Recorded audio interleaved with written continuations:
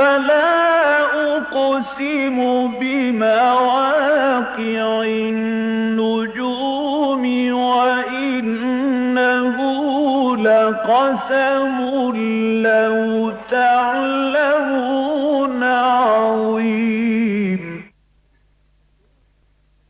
إنه لقرآن كريم في كتاب مكنون لا يمسه إلا المطهرون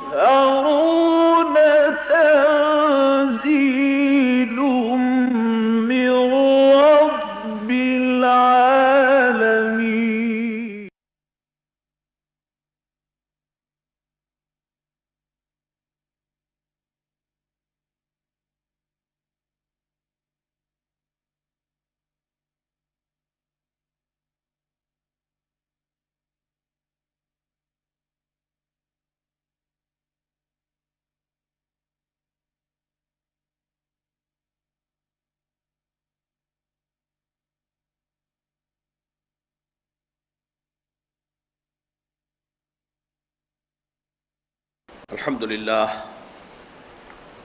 الحمد لله وكفى والصلاة والسلام على عباده الذين اصطفى خصوصا على أفضلهم وخاتم النبيين محمد الأمين وعلى آله وصحبه أجمعين. أما بعد فقد قال الله تبارك وتعالى كما ورد في سورة البقرة: اعوذ باللہ من الشیطان الرجیم بسم اللہ الرحمن الرحیم یا ایہا الذین آمنوا کتب علیکم الصیام کما کتب علی الذین من قبلکم لعلکم تتقون ایاما معدودات فمن کان منکم مریضا او علی سفر فعدۃ من ایام اخر وعلى الذين يطيقونه فدية طعام مسكين فمن تطوع خيرا فهو خير له وأن تصوموا خير لكم إن كنتم تعلمون شهر رمضان الذي أنزل فيه القرآن هدى للناس وبينات من الهدى والفرقان فمن شهد منكم الشهر فليصمه ومن كان مريضا أو على سفر فعدة من أيام أخر يريد الله بكم اليسر ولا يريد بكم العسر ولتكملوا العدة ولتكبروا الله على ما هداكم ولعلكم تشكرون وإذا سألك عبادي عني فإني قريب أجيب دعوة الداع إذا دعان فَلْيَسْتَجِيبُوا لِي وَلْيُؤْمِنُوا بِي لَعَلَّهُمْ يَرْشُدُونَ أُحِلَّ لَكُمْ لَيْلَةَ الصِّيَامِ الرَّفَثُ إِلَى نِسَائِكُمْ هُنَّ لِبَاسٌ لَكُمْ وَأَنْتُمْ لِبَاسٌ لَهُنَّ عَلِمَ اللَّهُ أَنَّكُمْ كُنْتُمْ تَخْتَانُونَ أَنفُسَكُمْ فَتَابَ عَلَيْكُمْ وَعَفَا عَنْكُمْ فَالْآنَ بَاشِرُوهُنَّ وَابْتَغُوا مَا كَتَبَ اللَّهُ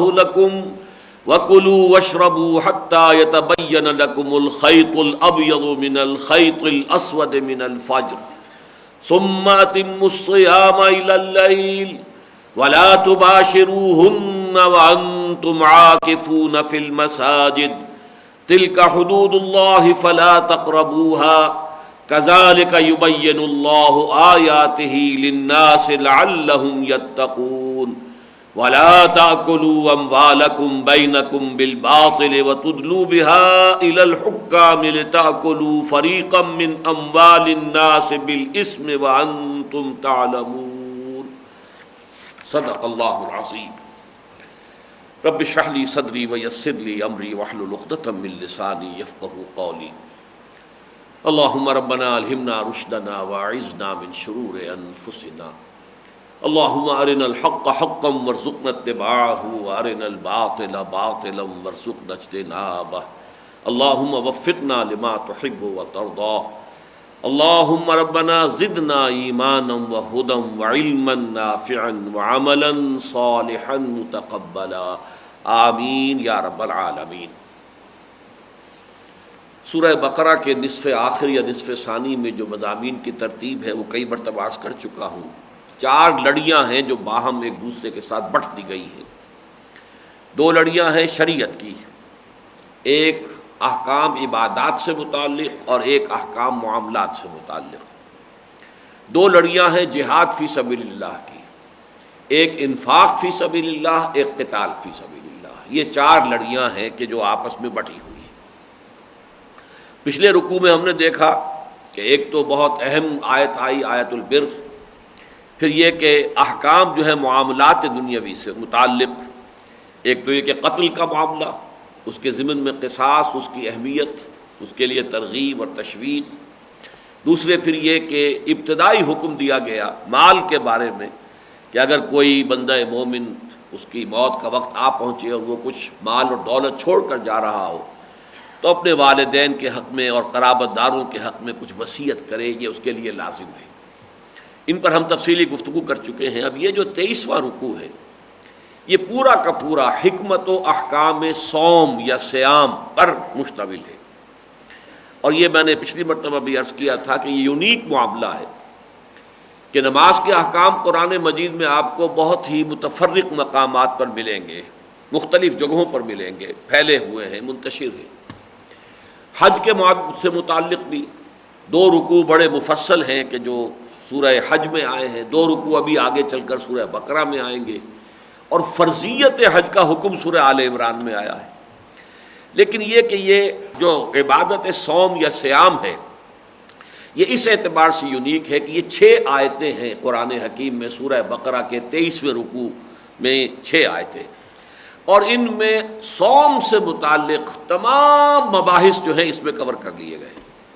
ابتدائی حکم کیا تھا، تکمیلی حکم کیا تھا، ابتدائی احکام کیا تھے، تکمیلی احکام کیا تھے، حکمت کیا ہے، جب اس کے لیے رمضان مبارک کے مہینے کا انتخاب ہوا تو اس کی بنیاد کیا ہے، پھر یہ کہ صیام و قیام رمضان کا مجموعی نتیجہ کیا نکلنا چاہیے، ساری چیزیں جو ہیں وہ ان 6 آیات میں آ گئی ہیں کہ اگر ان 6 آیات کے مفہوم کو انسان سمجھ لے تو جو ارکان اسلام 5 ہیں ان میں سے ایک رکن کے بارے میں اس کی تمام معلومات مکمل ہو جائیں گی۔ البتہ ایک بات نوٹ کر لیجئے کہ اس رکوع کی ابتدائی آیات اور اس کے بعد جو درمیانی آیات ہیں ان کے بارے میں ایک اختلاف ہے جو ابتدا سے چلا آ رہا ہے۔ ایک رائے یہ ہے کہ پہلی 2 آیات کا تعلق صوم رمضان سے نہیں ہے، بلکہ یہ کہ یہ ایک ابتدائی حکم تھا کہ حضور صلی اللہ علیہ وسلم نے مدینہ تشریف لاتے ہی کچھ حکم دیے کہ ان دنوں کے روزے رکھے جائیں، وہ میں تفصیل بعد میں عرض کروں گا، اور کچھ عرصے کے بعد پھر رمضان مبارک کے روزے فرض ہوئے ہیں۔ تو جو درمیانی 2 آیتیں ہیں ان کا تعلق ہے اس سے، اور اس کے بعد اس کے تفصیلی احکام جو ہیں آیت نمبر 5 میں آ گئے ہیں۔ لیکن ابتدائی 2 آیات کا تعلق جو ہے وہ ابتدائی جو احکام تھے روزے سے متعلق، جس میں کہ ابھی رمضان کے روزے کی فرضیت نہیں ہوئی تھی، اس سے متعلق ہے۔ بدقسمتی سے متاخرین جتنے بھی ہیں ہمارے مفسرین، خاص طور پر اردو میں جتنی تفسیریں بھی آپ کو ملتی ہیں، اس میں اس دوسری بات کا سرے سے تذکرہ ہی نہیں ہے، بلکہ یہ کہ یہ سمجھا جاتا ہے اور اسی کے حساب سے تعویل ہے، تفسیر ہے، تشریح ہے، توضیح ہے کہ یہ گویا کہ ابتدا ہی میں جو حکم دیا گیا ہے یہ رمضان ہی کا حکم تھا، بس اسی حکم میں کچھ تغیر و تبدل ہوتا رہا ہے، اسی میں ارتقاء کے مراحل جو ہیں وہ طے ہوئے ہیں۔ یہ بات گویا کہ مجمع علیہ ہو گئی ہے تمام اردو تفاسیر میں۔ لیکن میرا معاملہ یہ رہا ہے، اور یہ بالکل ابتدائی دور کی بات آپ سے عرض کر رہا ہوں، میڈیکل کالج میں جب میں طالب علم تھا، اور یہ بات بہرحال جو بھی مجھ سے دلچسپی رکھتے ہیں ان کے علم میں ہے کہ زمانہ طالب علمی ہی سے اللہ تعالیٰ کا یہ فضل و کرم ہوا تھا کہ قرآن مجید سے ایک ذہنی مناسبت اور ایک قلبی انس اللہ نے عطا کر دیا تھا۔ تو جب میں اسلامی جمعیت طلبہ کا کارکن تھا تو اس زمانے میں بھی میرے درس قرآن کو بہت پسند کیا جاتا تھا، اس کی خاصی دھوم مچ گئی تھی۔ اس زمانے میں مجھے احساس ہوتا تھا اس رکوع کو پڑھتے ہوئے کہ یہ ایک ہی وقت کی نازل شدہ آیات نہیں ہو سکتی، اس لیے کہ ذوق سلیم پر یہ بات جو ہے گراں گزرتی ہے تکرار۔ فَمَنْ كَانَ مِنْكُمْ مَرِيضًا أَوْ عَلَىٰ سَفَرٍ فَعِدَّةٌ مِّنْ أَيَّامٍ أُخَرَ، پھر یہ کہ اگلی ایک آیت جو چھوڑ کر پھر اس کے بعد پھر دوبارہ آ رہا ہے فمن کان منکم مریضا او علی سفر فعدۃ من ایام اخر. یہ تکرار جو ہے یہ تو در حقیقت ایک ہی وقت میں اگر یہ آیتیں نازل ہو رہی ہوں تو پھر یہ عیب ہے کلام کا. تو یہ میرا ذہن تھا، لیکن میں نے اسے ایک وسوسے کے درجے میں سمجھا، اس لیے کہ باقی سب مفسرین ایک ہی بات کہہ رہے ہیں اور ان کے نزدیک جو ہے یہ بیک وقت نازل شدہ آیات ہیں اور ان میں ایک ہی روزہ صوم کا جو ہے اسی کا حکم دیا جا رہا ہے. اگرچہ یہ تو نہیں ہے کہ بیک وقت نازل ہوئی ہیں، لیکن یہ کہ شروع ہی سے حکم جو ہے وہ صوم رمضان کا ہے. تو بہرحال میں اپنی اس رائے کو دبا دیتا تھا. لیکن پھر ایسا ہوا کہ جیسے پاکستان میں لوگ واقف ہیں جماعت اسلامی کا، گویا کہ ایک طویل عرصے تک جب تک مولانا مودودی بقید حیات تھے رحمہ اللہ، اس وقت تک ترجمان القرآن کو آفیشل آرگن کی حیثیت حاصل تھی. ان کا رسالہ جو تھا ماہنامہ ترجمان القرآن. اسی طرح جماعت اسلامی ہند کا ایک آفیشل آرگن تھا زندگی، ماہنامہ زندگی، رامپور سے نکلتا تھا. اور اس کے جو مدیر تھے سید عروج احمد قادری، وہ بہت قابل آدمی تھے. لیکن ایک موقع پر انہوں نے تذکرہ کیا تنقیدی انداز میں، بلکہ تنقید بھی کچھ ذرا منفی انداز میں تھی، استہزائیہ انداز میں، کہ مولانا انور شاہ کاشمیری رحمۃ اللہ علیہ نے بڑی عجیب سی بات کہہ دی ہے کہ یہ جو پہلا حکم ہے یا ایھا الذین آمنوا کتب علیکم الصیام کما کتب علی الذین من قبلکم لعلکم تتقون، یہ صوم رمضان سے متعلق نہیں ہے، بلکہ یہ کہ یہ ابتدائی ایک حکم تھا اس سے متعلق ہے. صوم رمضان کا ذکر تو پھر تیسری آیت سے شروع ہو رہا ہے، شہر رمضان الذی انزل فیہ القرآن. اب اس رائے کا انہوں نے تذکرہ کر دیا تنقیداً بلکہ استہزائیاً، کہ یہ کس قدر معلوم ہوتا ہے کہ بہت ہی بے تکی سی بات ہے جو اتنی بڑی شخصیت مولانا سید انور شاہ کاشمیری رحمۃ اللہ علیہ کے، جن کو بیہقی وقت کہا گیا، علم حدیث اور علم فقہ میں بہت اونچا مقام. لیکن یہ کہ انہوں نے تو یہ تنقیدی انداز میں لکھا تھا، مجھے گویا کہ دلیل مل گئی کہ متفق گردید رائے بو علی بارائے من. تو مجھے اس کے بعد پوری طریقے سے اس پر جو ہے انشراح ہو گیا. بعد میں اس زمانے تک تو میری رسائی ابھی جو ہے عربی زبان کی تفاسیر تک نہیں تھی. یہ بہت بات کی بات ہے کہ پھر میں نے جب امام رازی کی تفسیر کبیر پڑھی تو اس میں پہلی بحث یہی تھی کہ اس کے بارے میں ایک رائے یہ ہے کہ یہ ابتدائی حکم جو ہے یہ صوم رمضان کا نہیں ہے. چنانچہ میں آپ کو سنا دیتا ہوں. انہوں نے لکھا ہے کہ حضرت معاذ، حضرت قتادہ اور حضرت عطا جو اسے روایت کرتے ہیں ابن عباس سے رضی اللہ تعالی عنہما، ان کے نزدیک یہ صوم رمضان سے متعلق نہیں ہے، بلکہ اس سے پہلے فرضیت صیام رمضان سے پہلے یہ اور چند دنوں کے روزے جو ہیں وہ رکھنے فرض کیے گئے تھے، ان کا ذکر ہے. اب ان میں سے بھی حضرت عطاب کی رائے تو یہ ہے کہ یہ ہر ماہ میں 3 روزے حضور نے حکم دیا تھا کہ رکھو، 13ویں، 14ویں اور 15ویں تاریخ، جس کو آج بھی کہا جاتا ہے ایام 20. 20 جمع ہے ابیض کی، ابیض کہتے ہیں روشن سفید. تو جو راتیں ہوتی ہیں 13ویں کا چاند، 14ویں کا چاند، 15ویں کا چاند، آپ کو معلوم ہے کہ یہ راتیں جو ہوتی ہیں روشن ہوتی ہیں، روشن راتیں. تو ان کے ساتھ ان کا تعلق تھا. ایام 20 کہلاتے ہیں کہ 13ویں کی شب کے بعد جو 13 تاریخ آئی، 14ویں کی شب کے بعد جو 14ویں تاریخ آئی، 15ویں شب کے بعد 15ویں تاریخ آئی. تو مہینے کے وسط میں یہ 3 روزے رکھنے کا حضور نے حکم دیا تھا. پہلا حکم اس سے متعلق ہے. اور حضرت قتادہ کی رائے یہ ہے کہ پہلی مرتبہ حضور نے جو حکم دیا تھا وہ 3 دن ہر مہینے کے، یہی 13، 14 اور 15 تاریخیں، اور یوم عاشورہ محرم کی 10ویں تاریخ کا روزہ رکھنے کا آپ نے حکم دیا. اس کے بعد حضور کی حدیث یہ بیان ہوتی ہے کہ جب رمضان مبارک کے روزے فرض کیے گئے تو صوم رمضان نسخ لکل صوم، پھر یہ کہ وہ سارے جو بھی احکام حضور نے اس سے پہلے دیے تھے وہ منسوخ کر دیے گئے.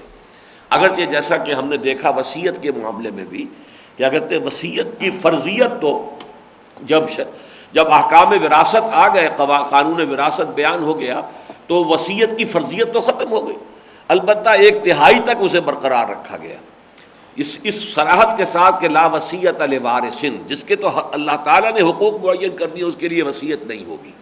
البتہ یہ ضرور ہے، ایک استثناء ہے کہ اگر تمام ورثاء جو ہیں وہ اس میں رضامند ہوں تو پھر یہ کہ کسی وارث کے لیے بھی وصیت ہو سکتی. اسی طریقے سے اس معاملے کے اندر بھی ہوا ہے کہ ان میں سے کچھ احکام قائم رکھے گئے اور کچھ جو ہے وہ بدل دیے گئے اور ختم کر دیے گئے. لہذا اس میں 3 دن ہر مہینے کے جو ہے 13ویں 14ویں 15ویں تاریخ اور یوم عاشورہ، یہ ہے اصل میں جس کا کہ ابتدائی حکم دیا گیا. پھر یہ سب کے سب منسوخ ہو گئے. ہاں اب یہ کہ نوافل کے طور پر اب بھی ہے. حضور اس کے بعد بھی اہتمام کرتے تھے ہر مہینے میں ایام 20 کے روزے رکھنے کے. 3 روزے آپ رکھتے تھے. عاشورہ کے بارے میں تو پھر آپ نے اس کے بعد بڑھا دیا کہ بجائے صرف ایک 10ویں محرم کے بلکہ یہ کہ 9ویں محرم کو بھی روزہ رکھا جائے تاکہ یہود سے ہمارا ایک فرق جو ہے وہ واضح ہو جائے. تو یہ ہے در حقیقت پس منظر کہ میں چونکہ اس رائے کا پختگی کے ساتھ قائل اور حامل ہوں کہ ابتدائی 2 آیات میں در حقیقت وہ حکم ہے ایام 20 کے روزوں کا اور عاشورہ کا. اس کے ضمن میں یہ بات جان لیجئے اصل میں کہ یہ 2 چیزیں وہ ہیں کہ جو ہجرت کے بعد حضور صلی اللہ علیہ وسلم نے اس حوالے سے کی ہے کہ جب آپ مدینہ تشریف لے آئے تو اب یہاں پر یہود سے براہ راست سابقہ پیش آیا. مکے میں تو یہودی تھے نہیں. حضور کی کوئی وزٹ بھی مدینے کی ثابت نہیں ہے کہ اس سے پہلے آپ آئے ہوں اور یہود کے ساتھ آپ کا کوئی معاملہ ہوا ہو، ملاقاتیں ہوئی ہوں، کوئی گفتگویں ہوئی ہوں.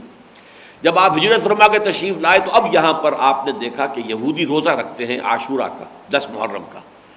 تو حضور نے معلوم کیا، انہوں نے بتایا کہ ہم اس لیے رکھتے ہیں کہ 10 محرم کو نجات حاصل ہوئی تھی بنی اسرائیل کو قوم فرعون سے اور آل فرعون سے.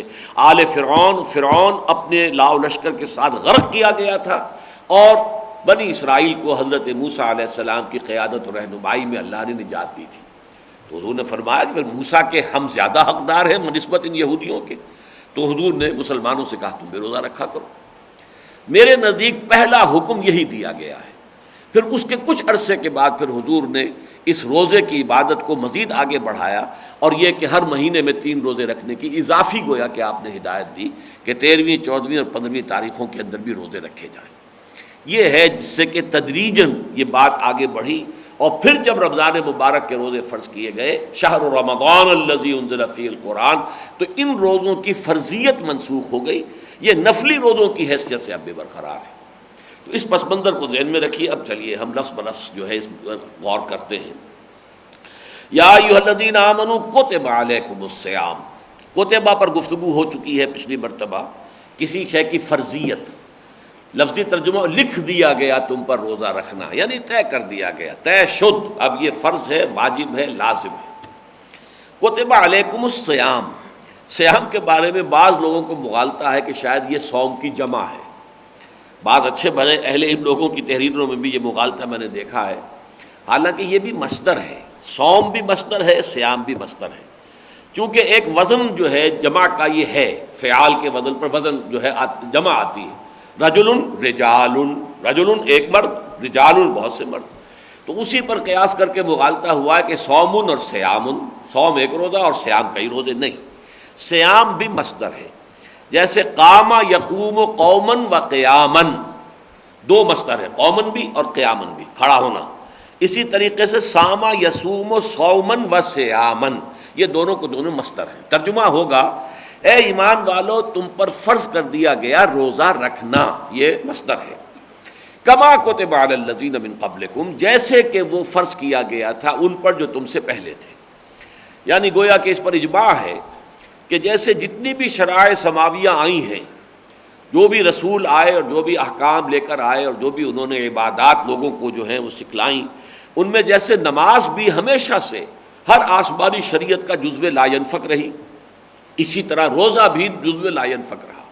اگرچہ تفصیلی احکام میں فرق رہا، نماز کے اوقات میں فرق ہے، نماز کی ہیئتوں میں فرق ہے، نماز کے تفصیلی احکام اور قواعد و ضوابط میں فرق ہے.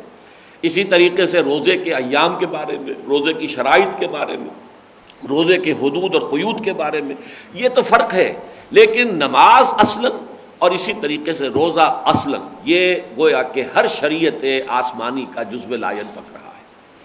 تو اہل ایمان تم پر روزہ رکھنا فرض کیا گیا جیسے کہ فرض کیا گیا تھا ان لوگوں پر کہ جو تم سے پہلے تھے، لعلکم تتقون، تاکہ تمہارے اندر تقوی پیدا ہو جائے، تاکہ تم متقی بن جاؤ.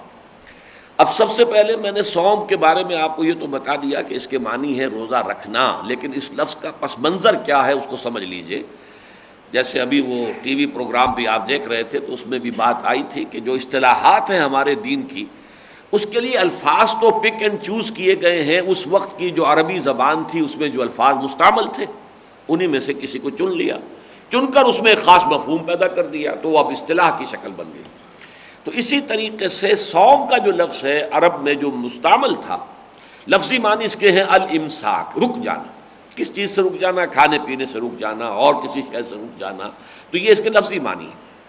لیکن صوم ایک عبادت کی حیثیت سے عربوں میں سرے سے متعارف تھا ہی نہیں، لوگ اس عبادت سے واقف ہی نہیں تھے۔ حج سے وہ واقف تھے، حج کرتے تھے، چاہے حلیہ بگاڑ دیا تھا حج کا، اسی طریقے سے طواف کرتے تھے، اسی طریقے سے وہ نماز بھی پڑھتے تھے، نماز کی بھی جو ہے شکل بدل دی تھی، لیکن بہرحال ان چیزوں سے وہ واقف تھے۔ لیکن صوم کی عبادت ان کے ہاں تھی نہیں سرے سے، اور یہ صوم کا لفظ وہ استعمال کرتے تھے گھوڑوں کے لیے، گھوڑوں کو روزہ رکھواتے تھے۔ اس کی وجہ کیا تھی؟ آپ کو معلوم ہے کہ عرب جاہلیت میں یہ جو غارت گری ہے، لوٹ مار ہے، ایک قبیلہ دوسرے قبیلے پر جا پڑا اور اس نے اس کو لوٹا، مارا، کھسوٹا اور پھر دوڑ کے بھاگ گئے ایک چھاپا مار انداز کے اندر، تو یہ ان کا گویا کہ معمولات میں تھا، سوائے یہ کہ سال کے 4 مہینے اشہر حرم جو ہیں وہ عافیت کے ہوتے تھے، یہ پرانی ریت چلی آ رہی تھی، لیکن باقی جو ہے 8 مہینوں میں یہ ان کا گویا کہ روٹین تھا۔ اب اس طرح کی غارت گری کے لیے اور اس طرح کا حملہ کرنے کے لیے، چھاپا مار حملہ جس کو ہم کہتے ہیں، تو ضرورت ہوتی ہے کسی تیز سواری کی، اس لیے کہ آپ نے حملہ کیا، لوٹ مار کی، جو بھی کوئی قتل و غارت کیا، پھر فوراً دوڑے وہاں سے بھاگے، بھاگنے کے لیے آپ کو تیز رفتاری چاہیے، تیز رفتار سواری چاہیے، اور ان کی جو اصل سواری تھی وہ اونٹ ہے، وہ تیز رفتار نہیں ہے، گھوڑا تیز رفتار ہے، لیکن وہاں کے موسمی حالات کے ساتھ سازگاری جو ہے وہ اونٹ کو تھی، گھوڑے کو نہیں تھی۔ اونٹ کو ایک ہفتے تک پانی نہ ملے تب بھی وہ گزارا کرتا رہتا ہے، چلتا رہتا ہے، اسے کھانے کو کچھ نہ ملے تب بھی چلتا رہتا ہے، اور نہیں تو کہیں ببول اور کیکر کے درخت سے جو ہے وہ کانٹے ہی چبا کر کھا لے گا، تو اس سے بھی اس کا ناشتہ ہو جائے گا، اس کا کچھ نہ کچھ غذا اس کی ہو جائے گی۔ اور پھر یہ کہ اس کے پاؤں بھی وہ ایسے ہیں اور کہ وہ اس ریت میں دھنستے نہیں ہیں، پھر یہ کہ گرمی شدید لو چل رہی ہو اسے کچھ نہیں کہتی، وہ زیادہ سے زیادہ یہ کرے گا کہ اپنا جو تھوتنی ہے وہ ریت کے اندر اس کو جو ہے وہ دے لے گا، بس اللہ اللہ خسن جیسے شترمرغ کرتا ہے۔ لیکن گھوڑا جو ہے وہ تو بڑا نرم و نازک جانور ہے، اس کے اندر تو بڑا تمکنت ہے، اس میں تو وہ چیز جو ہے یہ سختیاں، یہ شدائد برداشت کرنا اس کے مزاج میں داخل نہیں ہے، تو انہیں پھر اپنے اس غارت گری کے اس پروگرام کے لیے گھوڑے کو سازگار بنانے کے لیے ٹرین کرنا پڑتا تھا، اسے بھوکا رکھتے تھے تاکہ بھوک برداشت کر سکے، ایسا نہ ہو کسی وقت بھوک کے ہاتھوں بے حال ہو کر اور اپنے سوار کی ہلاکت کا سبب بن جائے، پیاس کو برداشت نہ کر سکے اور جی چھوڑ دے، جی ہار دے، تو ظاہر بات ہے کہ وہ تو اصل جو ہلاکت ہوگی وہ تو سوار کی ہوگی۔ اسی طریقے سے گرم لو برداشت نہ کر سکے تو وہ کیا کرتے تھے کہ بھوکا اور پیاسا رکھ کر گھوڑے کو، اور جب سخت لو چل رہی ہوتی تھی تو وہ عرب بدو جو ہے وہ اپنا منہ سر تو لپیٹ لیتا تھا کپڑے کے اندر، غترے کے اندر، لیکن یہ کہ اب گھوڑے کی منہ جو ہے وہ عین اس رخ پر کر کے، سمت میں کر کے جدھر سے سخت لو آ رہی ہے، آگ بری ہوئی اس میں، ادھر کر کے کھڑا ہو جاتا تھا۔ تو یہ تھا روزے کا، روزہ یعنی سمجھیے صوم کی ایک شکل تھی کہ جو عربوں میں مستعمل تھی۔ انسانوں کے روزہ رکھنے کا یا اس طریقے سے کوئی ایسی مشقت جھیلنے کا یا ایسی کوئی ٹریننگ دینے کا انہیں، ان کا ہاں کوئی رواج نہیں تھا۔ لیکن یہ ہے کہ جیسا کہ میں نے عرض کیا، جب حضور مدینہ تشریف لائے تو یہ روزے کی عبادت جو ہے آپ کے علم میں آئی پہلی مرتبہ کہ یہودی روزہ رکھتے، اور ساتھ ہی یہ بھی حکمت دیکھیے کہ اسی کے فوراً بعد جنگ کا حکم آ رہا ہے، گویا کہ اب جو وہ تحریک تھی محمد الرسول اللہ صلی اللہ علیہ وسلم کی دعوت و تحریک، اب وہ اس مرحلے میں داخل ہو گئی ہے کہ جس میں اب جنگ کرنی پڑے گی، اور جنگ میں یقیناً صورتحال پیش ایسی آ سکتی ہے کہ آپ کو جو کھانے کے لیے کچھ نہیں ہے، رسد نہیں ہے، وہ بہت سا وقت ایسا ہو سکتا ہے کہ پیاس جھیلنی پڑے، دھوپ برداشت کرنی پڑے، تو اس کے لیے گویا کہ اب ضرورت ہے کہ اس کام کے لیے، کیونکہ صرف یہ ہے کہ چھاپا ہی مار کے بھاگ تو نہیں آنا ہے، بلکہ جنگ تو جم کر لڑنی ہے، مقابلہ کرنا ہے کفر کا اور طاغوت کا، تو اس کے لیے یہ کہ کچھ نہ کچھ لوگوں کو اب تیار کرنا جو ہے اس کے لیے مقصود ہے۔ تو یہ ایک مناسبت جو ہے وقتی اعتبار سے بھی اس کی ہو گئی، اور یہاں جو ہے میں نے آپ کو جو روزے کا اصل لغوی مفہوم ہے وہ آپ کے سامنے رکھ دیا۔ کتب علیکم الصیام کما کتب علی الذین من قبلکم لعلکم تتقون، تاکہ تمہارے اندر تقوی پیدا ہو جائے۔ دیکھیے وقا یقی کے معنی ہے کسی اور کو بچانا، اس سے جو فعل امر بنتا قے، قاف اور اس کے نیچے زیر قے، وقنا عذاب النار، اے اللہ ہمیں بچا لے آگ کے عذاب سے۔ لیکن اگر اس کو باب افتعال میں لائیں گے تو ابتقا، اور واو اور تے جو ہے مدغم ہو کر اتقا، اتقا کے معنی خود بچنا، اپنے آپ کو بچانا، خود بچنا۔ کس چیز سے بچنا؟ دنیا میں اللہ کے احکام کی نافرمانی سے بچنا، آخرت میں اللہ کے عذاب سے بچنا۔ یہ گویا کہ تقویٰ کے یہ دو ہدف ہیں۔ یہاں تم اللہ کے احکام کی نافرمانی سے بچو تاکہ آخرت میں اللہ کے عذاب سے بچ سکو۔ اب اس کے لیے اصل میں تھوڑا سا یہاں پہ ہم غور کر لیں کہ یہ حکمت صوم جو ہے بنیادی طور پر اس کی پہلی سٹیج ہمارے سامنے آ رہی ہے لعلکم تتقون، اس لیے کہ انسان میں سبھی جانتے ہیں کہ اس کے حیوانی جبلتیں ہیں، اس کے کچھ تقاضے ہیں، جس کو کہ جدید سائیکالوجی میں فرائڈ نے بھی اڈ یا لیبیڈو سے تعبیر کیا ہے۔ پھر فرائڈ ہی مانتا ہے کہ انسان کے اندر ایک ایگو بھی ہے، ایک خودی بھی ہے، ایک انا بھی ہے، ایگو، اور ان کے درمیان کشمکش رہتی ہے۔ اڈ یا لیبیڈو جو ہے وہ چاہتی ہے کہ جو میری خواہشات ہیں، جو بھی میرے اندر جذبہ ابھرے، جو تمنا، جو آرزو، بس اس کو پورا کیا جائے۔ اسے اس سے غرض نہیں ہے کہ یہ کوئی جائز ہے، ناجائز ہے، حلال ہے، حرام ہے، صحیح ہے، غلط ہے، بلکہ یہ کہ جو بھی میری ایک خواہش ہے اسے پورا ہونا چاہیے۔ تو یہ ہے دو کہ اڈ کا یا لیبیڈو کا تقاضا ہے۔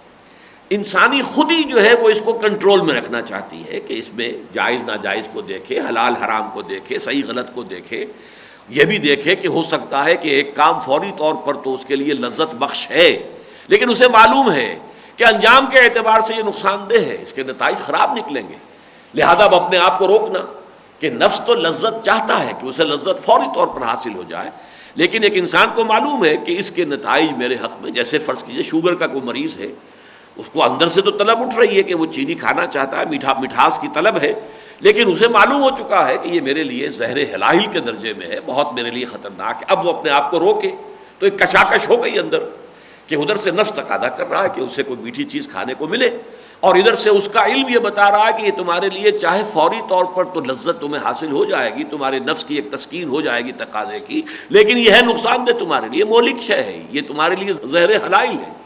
تو یہ جو ایک کشاکش رہتی ہے انسان کی خودی میں، انا میں یا ایگو میں، اور یہ اڈ یا لیبیڈو یا حیوانی تقاضوں میں، اس میں انسان کی خودی کو تقویت دینے کے لیے کچھ ایکسرسائزز، جس کے لیے عام لفظ جو استعمال ہوتا ہے وہ ہے ضبط نفس، اور اس کے مقابلے میں ایک لفظ استعمال ہوتا ہے نفس کشی۔ نفس کشی سے دین اور شریعت نے منع کیا ہے، بلکہ عجیب بات یہ ہے کہ نفس کا بھی حق معین کیا، وَإِنَّ لِنَفْسِكَ عَلَيْكَ حَقًّا، تمہارے نفس کے بھی تم پر حقوق ہے، تمہیں ادا کرنے ہوں گے۔ صرف یہ فرق ہے کہ جائز راستے سے ادا کرو، جائز راستے سے نفس کے حقوق جو ہے پورے کرو، ناجائز سے نہیں، لیکن نفس کا حق ہے۔ وَإِنَّ لِنَفْسِكَ عَلَيْكَ حَقًّا وَإِنَّ لِزَوْجِكَ عَلَيْكَ حَقًّا وَإِنَّ لِزَوْرِكَ عَلَيْكَ حَقًّا، تم پر دیکھو تمہارے نفس کا بھی حق ہے، تمہاری بیوی کا بھی حق ہے، تمہارے دوستوں کا، وزٹرز کا جو زیارت کے لیے آئیں، ملنے کے لیے آئیں، ان کا بھی حق ہے، سب کے حقوق تمہیں ادا کرنے ہوں گے۔ تو نفس کشی جو ہے یہ تو ہے رہبانیت، تپسیائیں، بھاری تپسیائیں کر کے، بڑی سخت ریاضتیں کر کے نفس کو بالکل کچل ڈالنا، جس کے لیے انگریزی کا لفظ ہے سیلف اینیہیلیشن، اپنے اس نفس کو کچل کر رکھ دینا، قتل کر دینا۔ اینیہیلیٹ کی معنی تو ہے ہی کسی شے کو ختم کر دینا، لیکن ایک لفظ ہے سیلف کنٹرول، ضبط نفس۔ قرآن جو ہے ضبط نفس سکھاتا ہے، اور ضبط نفس کی یہ پہلی ایکسرسائز ہے کہ آپ روزہ رکھیں گے تو بھوک کو برداشت کریں گے۔ ظاہر بات ہے کہ جون کا مہینہ ہو، جولائی کا مہینہ ہو، مئی کا مہینہ ہو، شدید جو ہے گرمی ہے، پیاس لگی ہوئی ہے، نہیں پی سکتے پانی، اس لیے کہ اس وقت اجازت نہیں ہے، حالانکہ ٹھنڈا پانی موجود ہے، اچھے سے اچھے مشروبات جو ہیں وہ فریج میں رکھے ہوئے ہیں، لیکن نہیں پی سکتے، کھانا نہیں کھا سکتے، چاہے بھوک کتنی لگ رہی ہو، چاہے نفس کے اندر جنسی خواہش کتنی بھی ابھر آئی ہو، اور بیوی موجود ہے، جائز ذریعے سے انسان جو ہے اپنی نفس کی خواہش کی تکمیل کر سکتا ہے، لیکن نہیں، اجازت نہیں۔ اس سے گویا کہ وہ خود ہی انسان کی جو ہے وہ تقویت حاصل کرتی ہے، اس کے اندر اس کو ایک ایکسرسائز سمجھ لیجئے، اس ایکسرسائز کے ذریعے سے اس کے اندر یہ قوت پیدا ہوتی ہے کہ وہ جو حیوانی تقاضے ہیں اور حیوانی جبلتیں ہیں ان کو کنٹرول کرے۔ تو گویا کہ یہاں پہلی آیت میں جو روزے کی عبادت کی، یوں سمجھیے کہ یہ حکمت جو ہے کئی لیولز پر ہمارے سامنے آئے گی۔ پہلا لیول کیا ہے؟ ضبط نفس، تقویٰ اسی کا مفہوم بنے گا جبکہ ایک انسان جو ہے نہ صرف یہ کہ اپنی خواہش سے کوئی ایکسرسائز کر رہا ہو بلکہ وہ حکم اللہ کی طرف سے آ گیا ہو. جیسے کہ خود فرائڈ نے بھی ایک سپر ایگو بھی کہا ہے. ایک تو یہ کہ میری ایگو صرف میرے نفس کے اوپر کنٹرول کرنا چاہتی ہے, ایک یہ کہ میری ایگو کے اوپر بھی ایک اور کنٹرول ہے. اگرچہ فرائڈ کا سپر ایگو کچھ اور ہے لیکن میں اسے اس وقت تعبیر کر رہا ہوں اللہ کے احکام. اللہ کا حکم جو ہے وہ میرے ایگو کے اوپر جو ہے وہ مسلط ہے. میں اللہ کے حکم کے تحت اپنے نفس کو روک رہا ہوں, صرف اپنی مرضی سے نہیں روک رہا بلکہ اللہ کے حکم سے روک رہا ہوں. لیکن ظاہر بات ہے کہ میری خودی, میری اپنی انا جو ہے وہ اگر اتنی مضبوط ہوگی تبھی تو میں روک سکوں گا نا.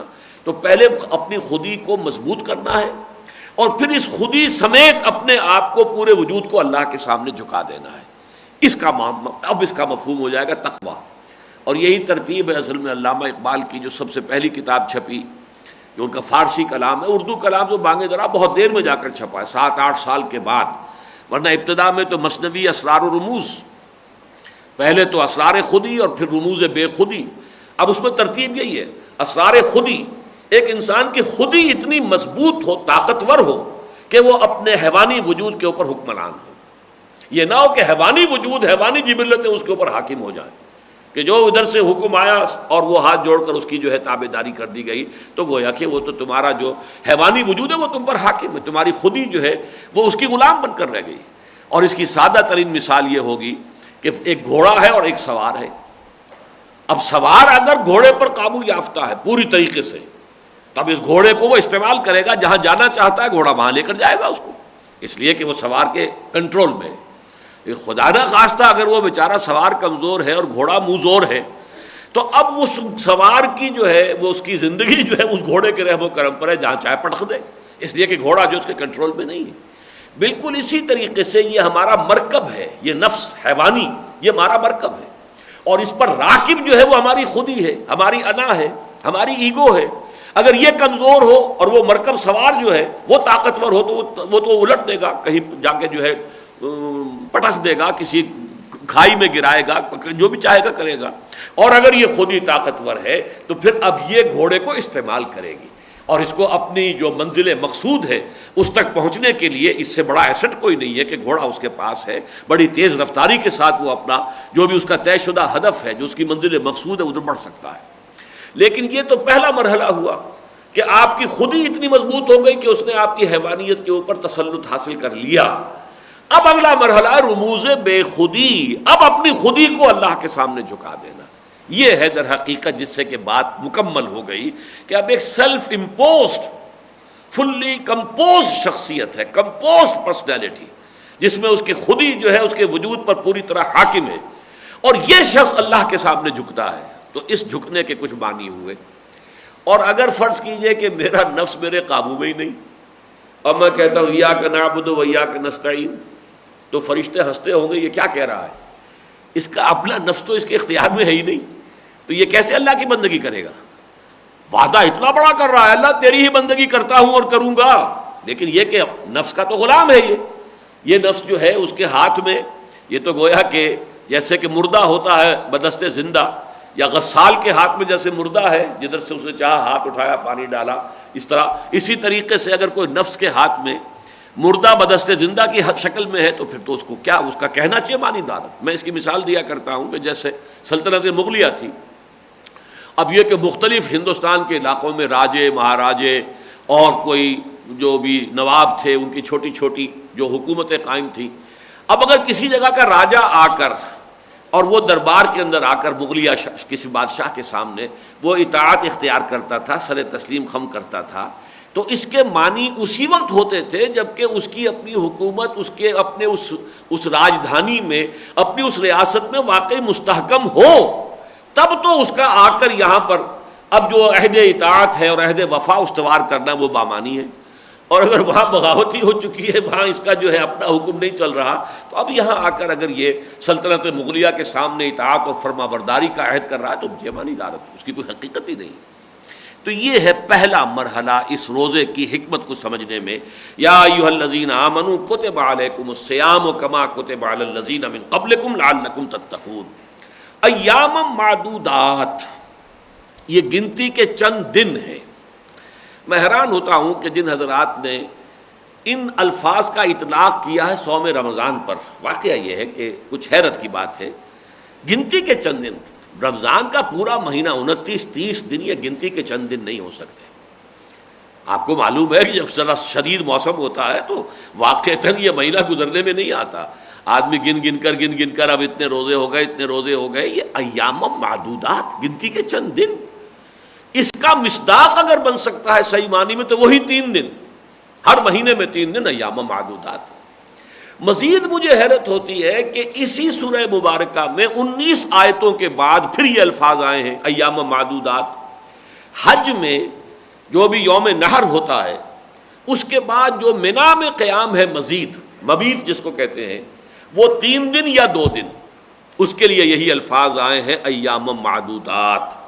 وَاذْكُرُوا اللَّهَ فِي أَيَّامٍ مَعْدُودَاتٍ فَمَن تَعَجَّلَ فِي يَوْمَيْنِ فَلَا إِثْمَ عَلَيْهِ وَمَن تَأَخَّرَ فَلَا إِثْمَ عَلَيْهِ لِمَنِ اتَّقَىٰ۔ اب منا میں تمہیں مزید قیام کرنا ہے تاکہ اللہ کو یاد کرو، یہاں پر ذکر الہی کے اندر یہ دن گزارو، لیکن یہ ہے کہ جو شخص ذرا جلدی کے اندر ہو وہ 2 دن وہاں پر ٹھہر کر آ جائے تب بھی کوئی حرج نہیں، کوئی گناہ کی بات نہیں، اور جو ٹھہر جائے مزید 1 دن تو اس میں بھی کوئی گناہ کی بات نہیں۔ تو گویا کہ 2 یا 3 دن پر اطلاق ہو رہا ہے، جبکہ اصول یہ ہے القرآن یفسر بعضہ بعضا، قرآن مجید جو ہے اس کا ایک حصہ دوسرے حصے کی تفسیر کرتا ہے۔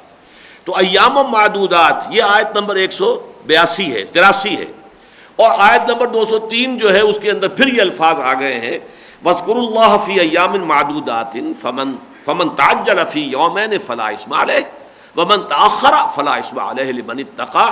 تقویٰ موجود ہونا چاہیے۔ پھر اگر کوئی شخص جلدی سے 2 دن ہی کے قیام کے بعد نکل آیا، واپس آ گیا، مکے واپس آ گیا، کوئی حرج نہیں، اور اگر اس نے 3 دن پورے کیے تب بھی کوئی حرج نہیں۔ تو وہاں گویا کہ 3 دنوں پر اطلاق ہو رہا ہے۔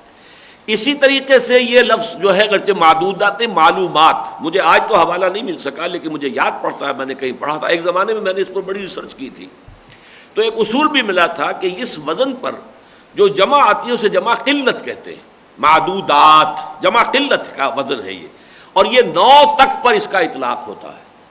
چنانچہ سورہ حج میں جو آیا ہے لِيَشْهَدُوا مَنَافِعَ لَهُمْ وَيَذْكُرُوا اسْمَ اللَّهِ فِي أَيَّامٍ مَّعْلُومَاتٍ عَلَىٰ مَا رَزَقَهُم مِّن بَهِيمَةِ الْأَنْعَامِ، وہ جو قربانی کے دن ہیں وہ بھی معلومات، اسی وزن کے اوپر لفظ آیا ہے۔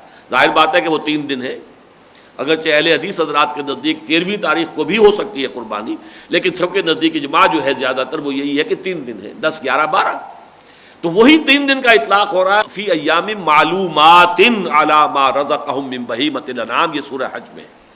بہرحال جیسا کہ میں عرض کر چکا ہوں، میری چونکہ یہ پختہ رائے ہے کہ یہ حکم جو ہے، یہ 2 آیتیں جو ہیں، یہ اصل میں وہ ہر مہینے کے 3 روزوں سے متعلق ہے۔ فرمایا ایام معدودات، یہ گنتی کے چند دن ہیں، فمن کان منکم مریضا او علی سفر فعدۃ من ایام اخر، ان میں بھی یہ رعایت ہے تمہارے لیے کہ جو کوئی تم میں سے ہو مریض، اب مریض یہ بھی ہو سکتا ہے کہ ہلکا سا ٹیمپریچر چل رہا ہے، اور ایک مریض وہ ہے کہ جس میں واقعتاً روزہ رکھنا جو ہے وہ انسان کے لیے دقت طلب ہو جائے، مشکل کا ذریعہ بن جائے۔ اب یہ گویا کہ انسان کی اپنی سوادید پر بھی ہوگا، اس کے جو بھی جاننے والے ہیں، قرابت دار ہیں، وہ بھی اس پر مشورہ دے سکتے ہیں۔ اسی طرح او علی سفر، ان سے مراد یہ نہیں ہے کہ بس آپ اپنے شہر سے ذرا باہر نکلے تو وہ سفر ہو گیا، اگرچہ بعض حضرات یہاں تک اس بات کو لمبا کر لیتے ہیں، لیکن بہرحال فقہ حنفی کی روح سے 3 دن کی مسافت جو ہے اس پر انسان اگر جا رہا ہے تو پھر وہ مسافر شمار ہوگا، یعنی 3 دن کی مسافت پیدل چل کر، تقریباً یہ کہ 16 میل انسان ایک دن میں پیدل چل سکتا ہے، یہ اس زمانے کے جو بھی اعداد و شمار ہیں، تو 3 دن میں 48 میل۔ بہرحال یہ فقہی مباحث ہیں، یہاں اس وقت جو ہے یہ جان لینا کافی ہے کہ یہ 2 رعایتیں ہیں کہ اگر ان 3 دنوں کے دوران بھی تم میں سے کوئی سفر پر ہے یا بیمار ہے، فعدۃ من ایام اخر، تو وہ یہی تعداد پوری کر لے دوسرے دنوں میں، 13، 14، 15 میں نہیں رکھ سکا 23، 24، 25 میں رکھ لے، یا یہ کہ اور کسی طریقے سے ان کی تعداد پوری کر لے۔ فعدۃ، تعداد پورا کرنا ہے انہی 3 دنوں کی، اگر یہی رائے ہو جو میں دے رہا ہوں کہ یہ ہے، پھر ان 3 دنوں کی تعداد پوری کرنی ہوگی دوسرے دنوں میں۔ مزید ایک رعایت دی جا رہی ہے کہ جو بعد میں منسوخ ہو گئی جب صوم رمضان آیا، وعلی الذین یطیقونہ، اور ان لوگوں کے ذمے جو اس کی طاقت رکھنے کے باوجود نہ رکھے تو اس کے لیے فدیۃ طعام مسکین، تو فدیہ ادا کرنا ہوگا ایک مسکین کا کھانا کھلانا، کھانا کھلایا جائے یا دے دیا جائے۔ یہ بھی فقہ حنفی میں 2 صاع جو ہے گندم، 2.25 سیر کے قریب جو ہے بنتا ہے، تو یہ جو ہے فطرہ، یہ اس کا فدیہ ہے، وہ آپ دے دیں یا کھانا کھلائیں، جو بھی جس طرح کریں۔ لیکن یہ کن کے لیے ہے کہ اسی لیے ایک اصطلاح استعمال ہوتی ہے وجوب علی التخییر، ایک ہے وجوب علی التعیین۔ ایک تو یہ معین طور پر کوئی ایک شے ہی واجب ہو، یہی کرنی ہے ہر صورت میں، یہ ہوگا وجوب علی التعیین، معین ہے وہ۔ ایک ہے وجوب علی التخییر، چاہے یہ کر لو چاہے یہ کر لو، یو ہیو 2 آپشنز۔ تو یہاں ایک آپشن بھی دیا گیا، تخییر، اختیار دے دیا گیا کہ اگر تم روزہ رکھنے کے، نہ تو تم بیمار ہو نہ تم سفر پر ہو، سارے حالات سازگار ہیں، پھر بھی طبیعت نہیں مان رہی، نہیں جی کر رہا، تو ابھی ابتدا میں مزید رعایت یہ ہے کہ ایک روزے کا فدیہ، ایک مسکین کا کھانا، یہ گویا کہ اضافی رعایت دی گئی۔ دیکھیے یہ بھی اصل میں پوری حکمت کو اگر آپ سمجھ لیں گے کہ چونکہ عرب سرے سے مانوس نہیں تھے اس عبادت سے، لہذا تدریجاً انہیں مانوس کیا جا رہا ہے۔ اگر ایک دم 1 مہینے کے روزے فرض کر دیے گئے ہوتے تو واقعہ ہے کہ بڑا مشکل ہو جاتا۔ مہینے تو پھر ٹھیک ہے، سردیوں کے بھی آتے ہیں تو گرمیوں کے بھی آتے ہیں، بہت سخت مہینے، لیکن نہیں، پہلے ہر مہینے میں 3 دن کے روزے۔ اس میں بھی مزید رعایت کہ اگر نہیں طبیعت مان رہی ہے، نہیں رکھنا چاہتے ہو تو ایک مسکین کو کھانا کھلا دو، اس کا کھانا فراہم کر دو، یہ بھی ایک مزید رعایت ہے تاکہ مانوس ہوتے چلے جائیں۔ جیسے ہم دیکھتے ہیں کہ سورہ بقرہ میں فرمایا گیا یسألونک عن الخمر والمیسر، اے نبی یہ آپ سے شراب اور جوئے کے بارے میں پوچھ رہے ہیں، قل اسمھا فی، ان کے اندر بہت بڑا گناہ بھی ہے لیکن یہ کہ کچھ لوگوں کے لیے منافع بھی ہیں، واسمھما اکبر من نفعہما، لیکن ان کا گناہ کا پہلو ان کے نفع کے پہلو سے زیادہ بڑا ہے۔ بس اتنی بات کر کے چھوڑ دی۔ پھر سورہ نساء میں آ گیا ولا تقربوا الصلاۃ وانتم سکارى، دیکھو نشے کی حالت میں نماز کے قریب نہ آنا۔ اس کے بعد سورہ مائدہ میں آخری حکم آیا۔ تو ایک تو یہ ہے کہ تدریجی احکام جو ہے وہ مختلف صورتوں میں مختلف مقامات پر آئے ہوں، لیکن قرآن مجید میں ایک مثالیں جو ہے اس کی موجود ہیں۔ ایک اور مثال بھی میں آپ کے سامنے پیش کر سکتا ہوں کہ سورہ مزمل کے آغاز میں جو فرض کر دیا گیا تھا رات کا قیام، کم سے کم تہائی رات کھڑے رہو، اس کا جو پھر منسوخی کا حکم آیا وہ اسی سورہ مزمل کے اندر موجود ہے۔ 20ویں آیت جو ہے، جو پورا رکوع ایک آیت پر مشتمل ہے، اور جس کے بارے میں میری رائے ہے کہ وہ آیت بھی 2 حصوں میں علیحدہ علیحدہ تقسیم ہوئی ہے، اس لیے کہ وہاں بھی تکرار کا انداز موجود ہے، اور اس پر مجھے ابن عباس رضی اللہ تعالیٰ عنہما کا قول مل گیا، اور اس میں کہ ان کے نزدیک یہ آیت جو ہے اگرچہ ایک ہے لیکن یہ کہ یہ 2 حصوں میں علیحدہ علیحدہ اوقات میں نازل ہوئی ہے۔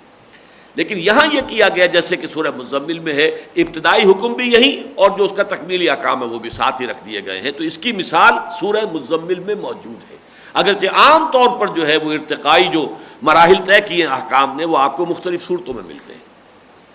فرمایا فمن تطوع خیرا فهو خیر اللہ، جو کوئی تم میں اپنی مرضی سے خیر کرے گا، بھلائی کمائے گا، نیکی کمانا چاہے گا، یعنی ایک کے بجائے 2 مسکینوں کو کھانا کھلائے گا، 10 کو کھلائے گا، یہ اس کی مرضی ہے، یہ اس کے لیے بہتر ہے، جتنی بھلائی کمائے، جتنی نیکی کمائے، لیکن ایک مسکین کا کھانا جو ایک روزے کا فدیہ یہ معین کر دیا گیا۔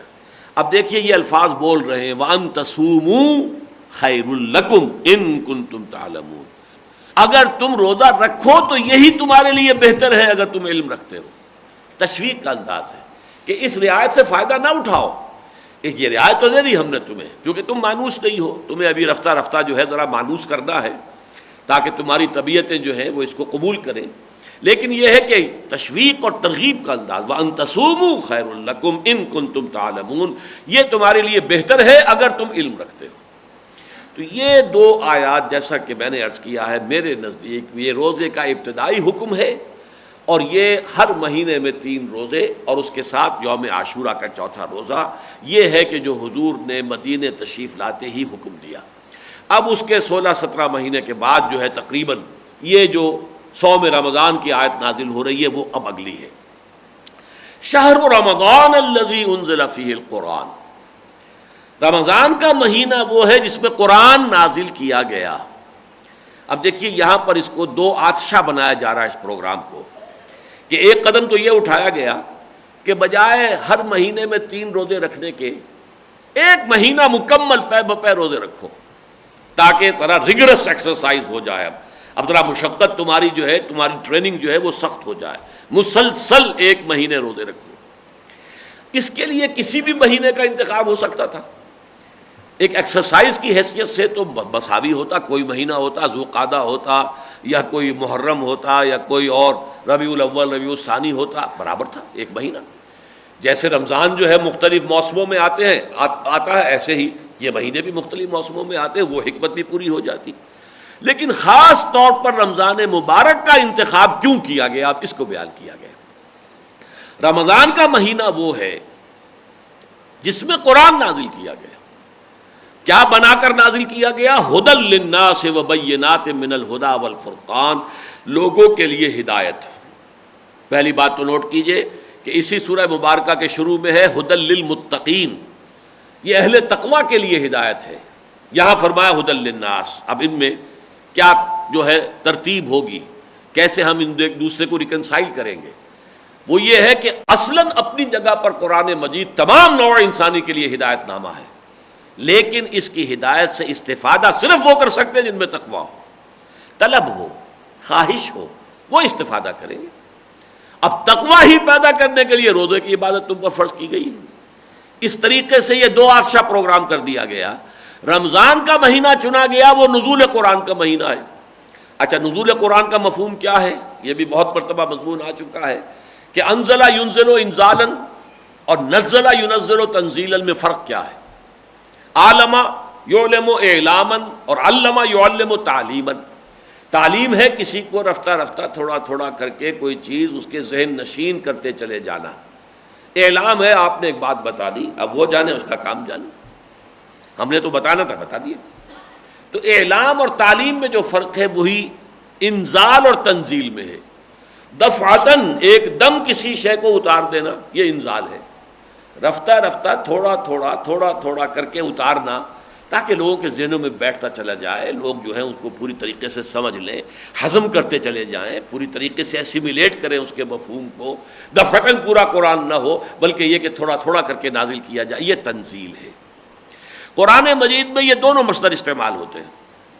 حضور پر بطرز تنزیل آیا ہے، 23 سال میں یا 22 سال جو بھی آپ کہیں گے کہ شمسی حساب سے 22 سال بنیں گے، اس میں یہ قرآن مجید تھوڑا تھوڑا تھوڑا تھوڑا تھوڑا تھوڑا آیات پھر آیات یا سورتیں پھر سورتیں یہ نازل ہوئی، یہ تنزیل ہے۔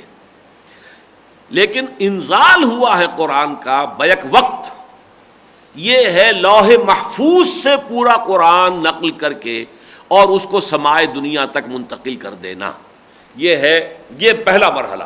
یہاں سے سمائے دنیا، پہلا جو آسمان ہے، وہاں سے تھوڑا تھوڑا حسب ضرورت، حسب مناسبت، حالات کے مطابق اس کی تنزیل ہوئی ہے محمد الرسول اللہ صلی اللہ علیہ وسلم پر، لیکن لوح محفوظ سے، جس کے لیے اور الفاظ بھی قرآن مجید میں آئے ہیں، کتاب مکنون، لوح محفوظ، تو یہ جو لوح محفوظ ہے، کتاب مکنون ہے، وہاں سے یہ پورا قرآن منتقل کر دیا گیا ہے سمائے دنیا تک۔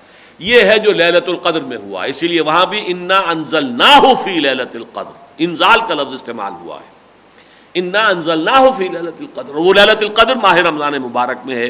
تو شہر رمضان الذی انزل فیہ القرآن، یہ رمضان کا مہینہ وہ ہے کہ جس میں پورا قرآن لوح محفوظ یا کتاب مکنون سے اتار کر اور سمائے دنیا تک پہنچا دیا گیا۔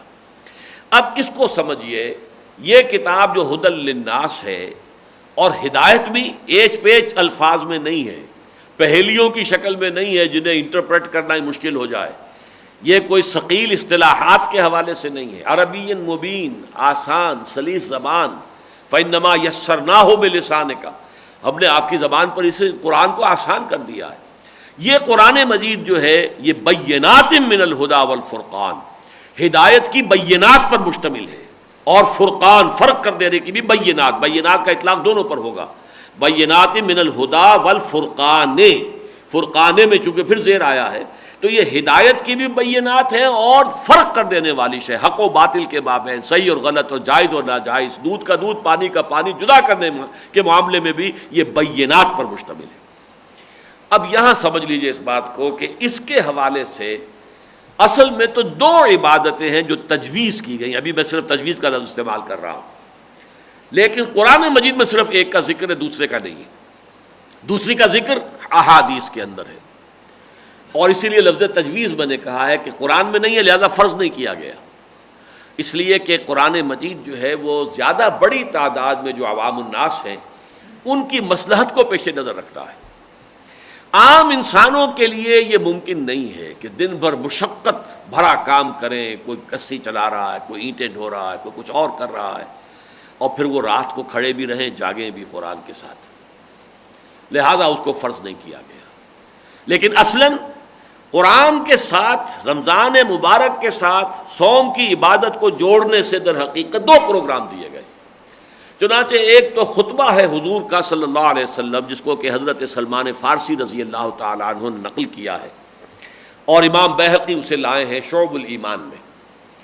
اس میں حضرت سلمان فارسی فرماتے ہیں خطبنا رسول اللہ صلی اللہ علیہ وسلم فی آخر یوم من شعبان فقال، ہمیں خطبہ ارشاد فرمایا نبی اکرم صلی اللہ علیہ وسلم نے شعبان کے آخری دن، اور اس خطبے میں فرمایا یا ایھا الناس، اے لوگو، قد اغلکم شہر عظیم، تم پر ایک بڑی عظمتوں والے مہینے نے سایہ کر دیا ہے، سایہ فگن ہو گیا ہے.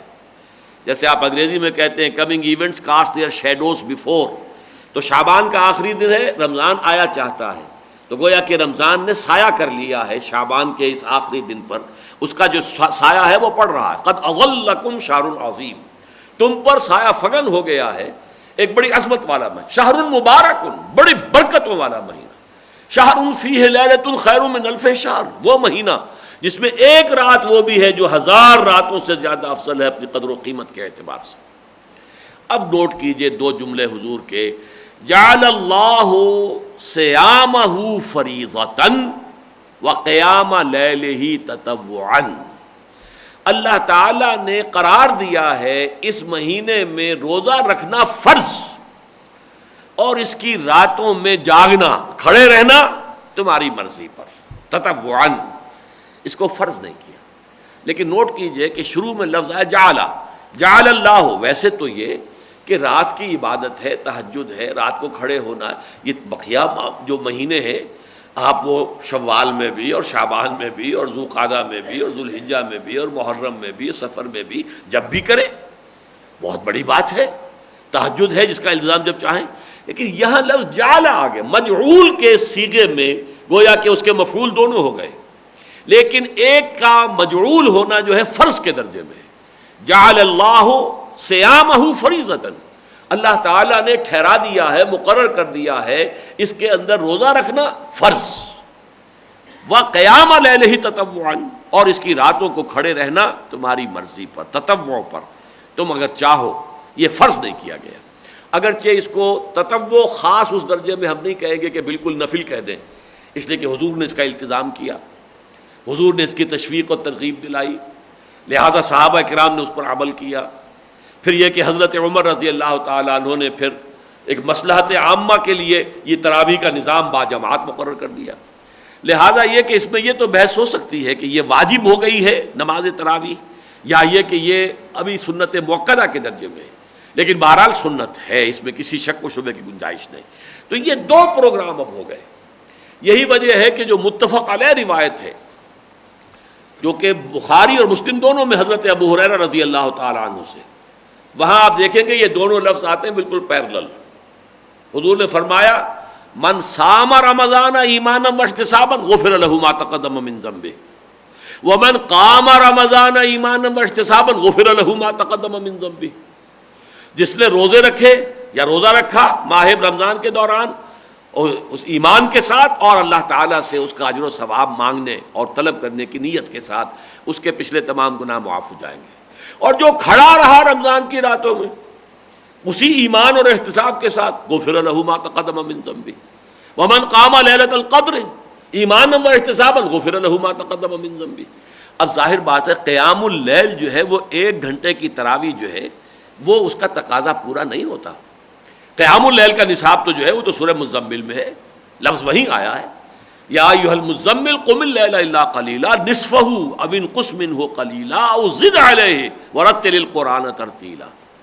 اور آخر میں اس پہلے رکوع کے فرمایا، بلکہ دوسرے رکوع کے شروع میں، ان ربک یعلم انک تقوم ادنی من ثلثی اللیل ونصفہ وثلثہ وطائفۃ من الذین معک.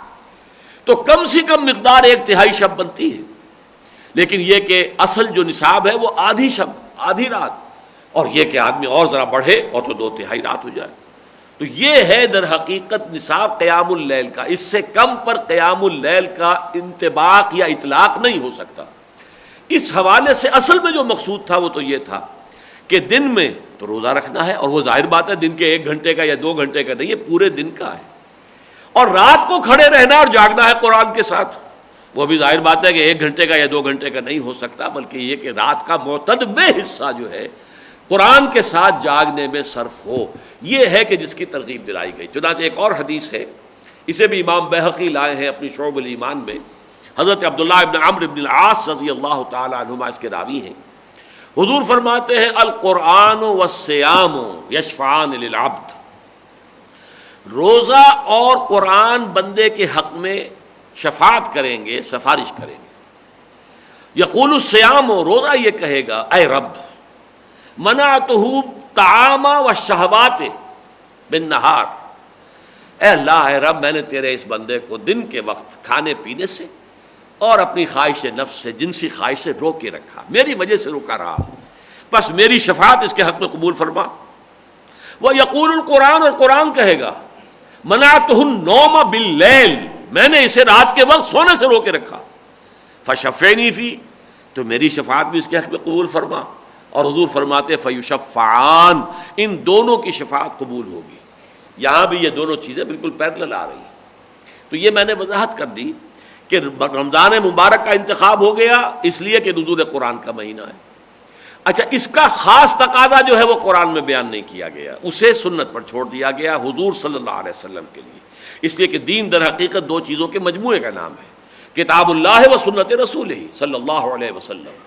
اس اعتبار سے اس میں جو ہے زیادہ فرق نہیں ہے، لیکن بہرحال اس کا فرق ہے کہ ایک چیز فرض ہے، وہ تو ہر حال میں آپ کو ادا کرنی ہے، لیکن ایک چیز یہ ہے کہ جس میں اگرچہ کوشش ہونی چاہیے کہ رات کا اکثر حصہ 2/3، آدھی رات، کم سے کم 1/3 رات جو ہے انسان قرآن کے ساتھ جاگے. اور یہی معمول صحابہ کا تھا، حضور کا تھا. اگرچہ حضور نے صرف 3 دن نماز باجماعت جو ہے تراویح کی ادا کروائی ہے صحابہ کو، اس کے بعد چوتھے دن جو ہے صحابہ کھنگارتے بھی رہے کہ حضور برآمد ہو جائیں اپنے حجرے سے. اور گمان غالب یہ ہے کہ آپ نے تہجد کے وقت ہی، عشاء کے ساتھ متصل نہیں بلکہ بعد میں کچھ تھوڑے عرصے کے بعد، اس کے بعد آپ نے یہ نماز پڑھائی. لیکن 3 دن، چوتھے دن صحابہ جو ہے کوئی اشارے کرتے رہے کہ حضور نکل آئیں، برآمد ہو جائیں، حضور نہیں آئے. اگلی صبح آپ نے فرمایا کہ دیکھو اگر میں نے اس کو تواتر کے ساتھ تمہیں یہ نماز باجماعت پڑھائی تو یہ تم پر فرض ہو جائے گی. لہذا جو ڈائریکشن ہے وہ دے دی گئی، پوائنٹر جو ہے وہ تو عطا کر دیا گیا. مطلوب تو یہ ہے، مقصود یہ ہے، لیکن اسے فرض نہیں کرنا ہے، اس لیے کہ امت کے بہت بڑی تعداد میں لوگ ایسے ہوں گے جن کے لیے یہ جھیلنا مشکل ہو جائے گا. جیسے قیام اللیل کا جو حکم تھا جب وہ منسوخ ہوا ہے، اللہ تعالیٰ کے علم میں ہے علم ان سیکون منکم مرضی وآخرون یضربون فی الارض یبتغون من فضل اللہ وآخرون یقاتلون فی سبیل اللہ. اب ایسے بھی لوگ ہوں گے جو بیمار ہوں گے، اللہ کے علم میں ہے.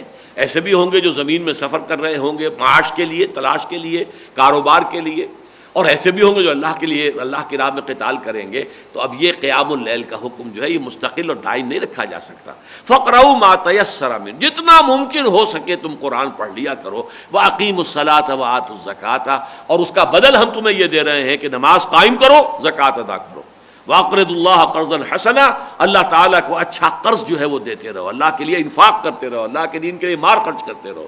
وما تقدموا لانفسکم من خیر تجدوه عند اللہ هو خیرا واعظم اجرا واستغفروا اللہ ان اللہ غفور رحیم.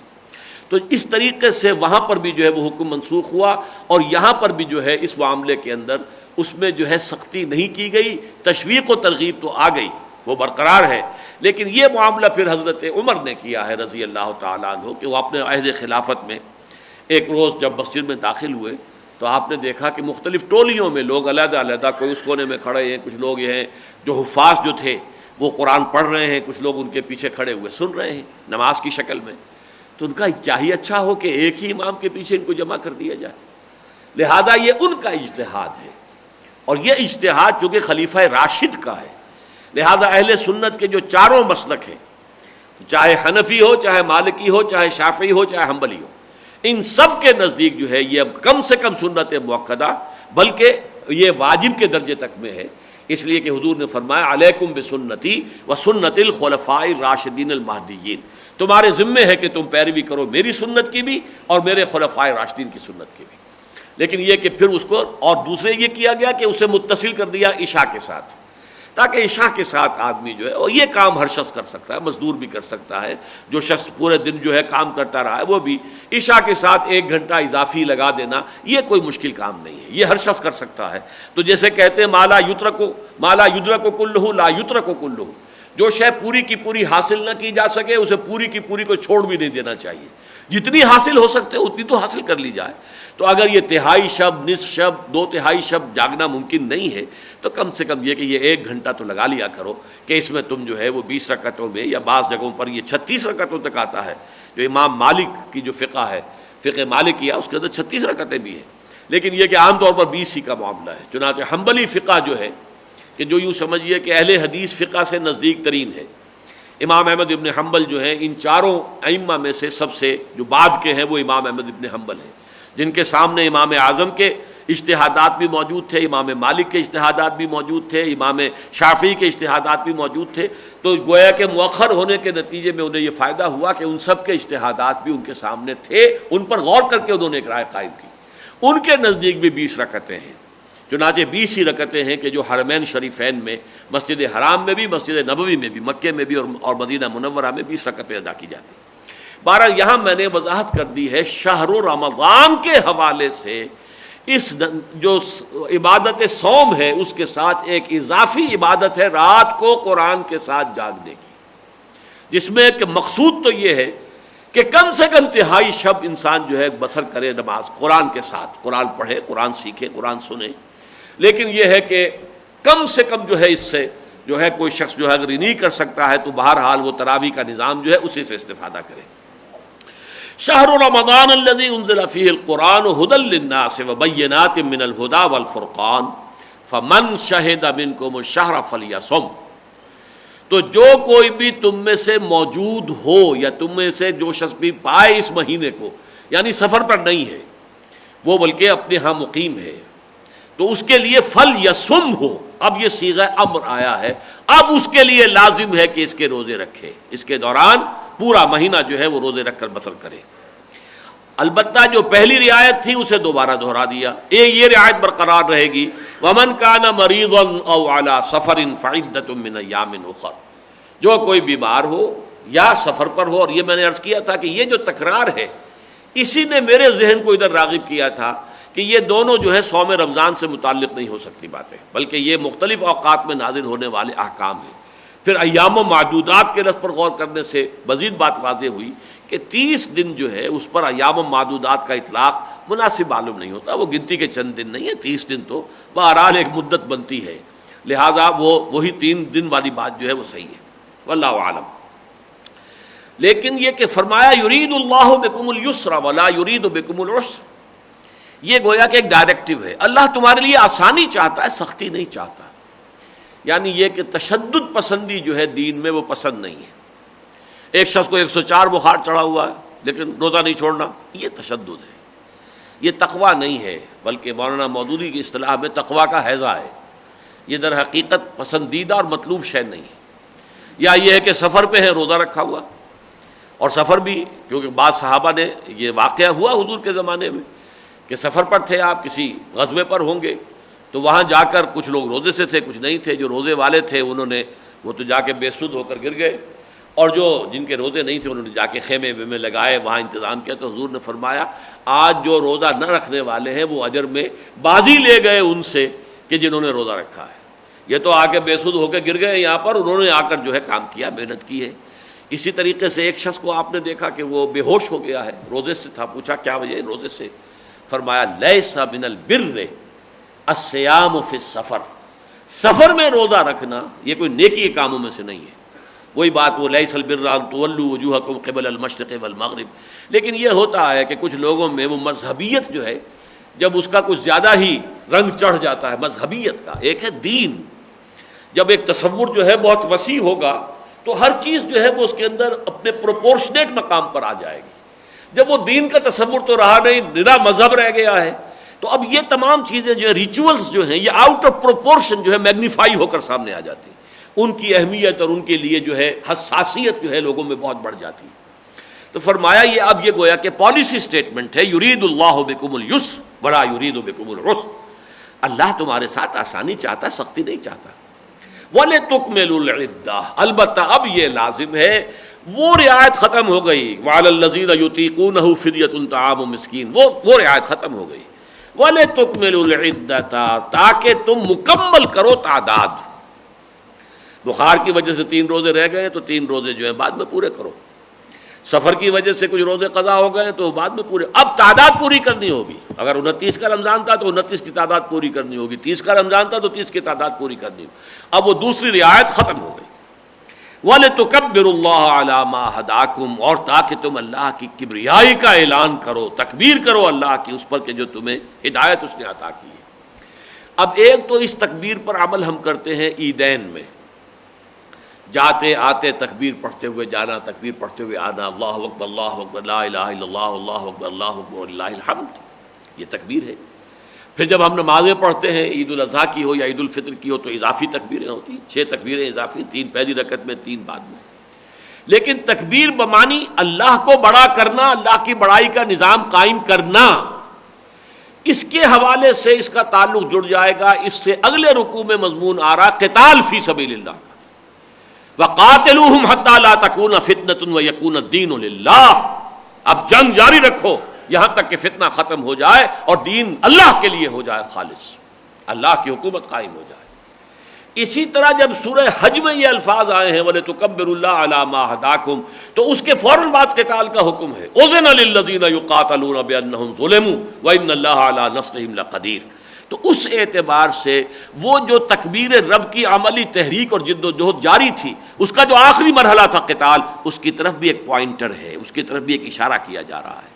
یہ روزے کی سختی بھی تمہیں در حقیقت اس لیے جو ہے تم پر ڈالی جا رہی ہے کہ جنگ کی سختیاں جو ہیں جھیلنے کے قابل ہو جاؤ. حین الباس، آیت البر بھی ختم ہوئی تھی اسی پر، وَصَابِرِينَ فِي الْبَأْسَاءِ وَالضَّرَّاءِ وَحِينَ الْبَأْسِ. جنگ کے وقت جنگ کی سختیوں کو جھیلنے کی تمہارے اندر صلاحیت پیدا ہو جائے. تو اس حوالے سے یہ جو احکام حج آ رہے ہیں سورہ حج میں یا احکام صوم یہاں آئے ہیں، دونوں میں یہ ہے وَلِتُكَبِّرُوا اللَّهَ عَلَىٰ مَا هَدَاكُمْ وَلَعَلَّكُمْ تَشْكُرُونَ، اور تاکہ تم شکر کرو. یہ تاکہ جو ہے اس کو سمجھنے کے لیے تھوڑا سا غور کرنا پڑے گا. شکر کسے کہتے ہیں؟ کسی نعمت کے نعمت ہونے کا احساس ہو جائے، اس کی قدر و قیمت کا ادراک ہو جائے، یہ ہے شکر بالقلب. امام راغب نے شکر کے 3 درجے قائم کیے.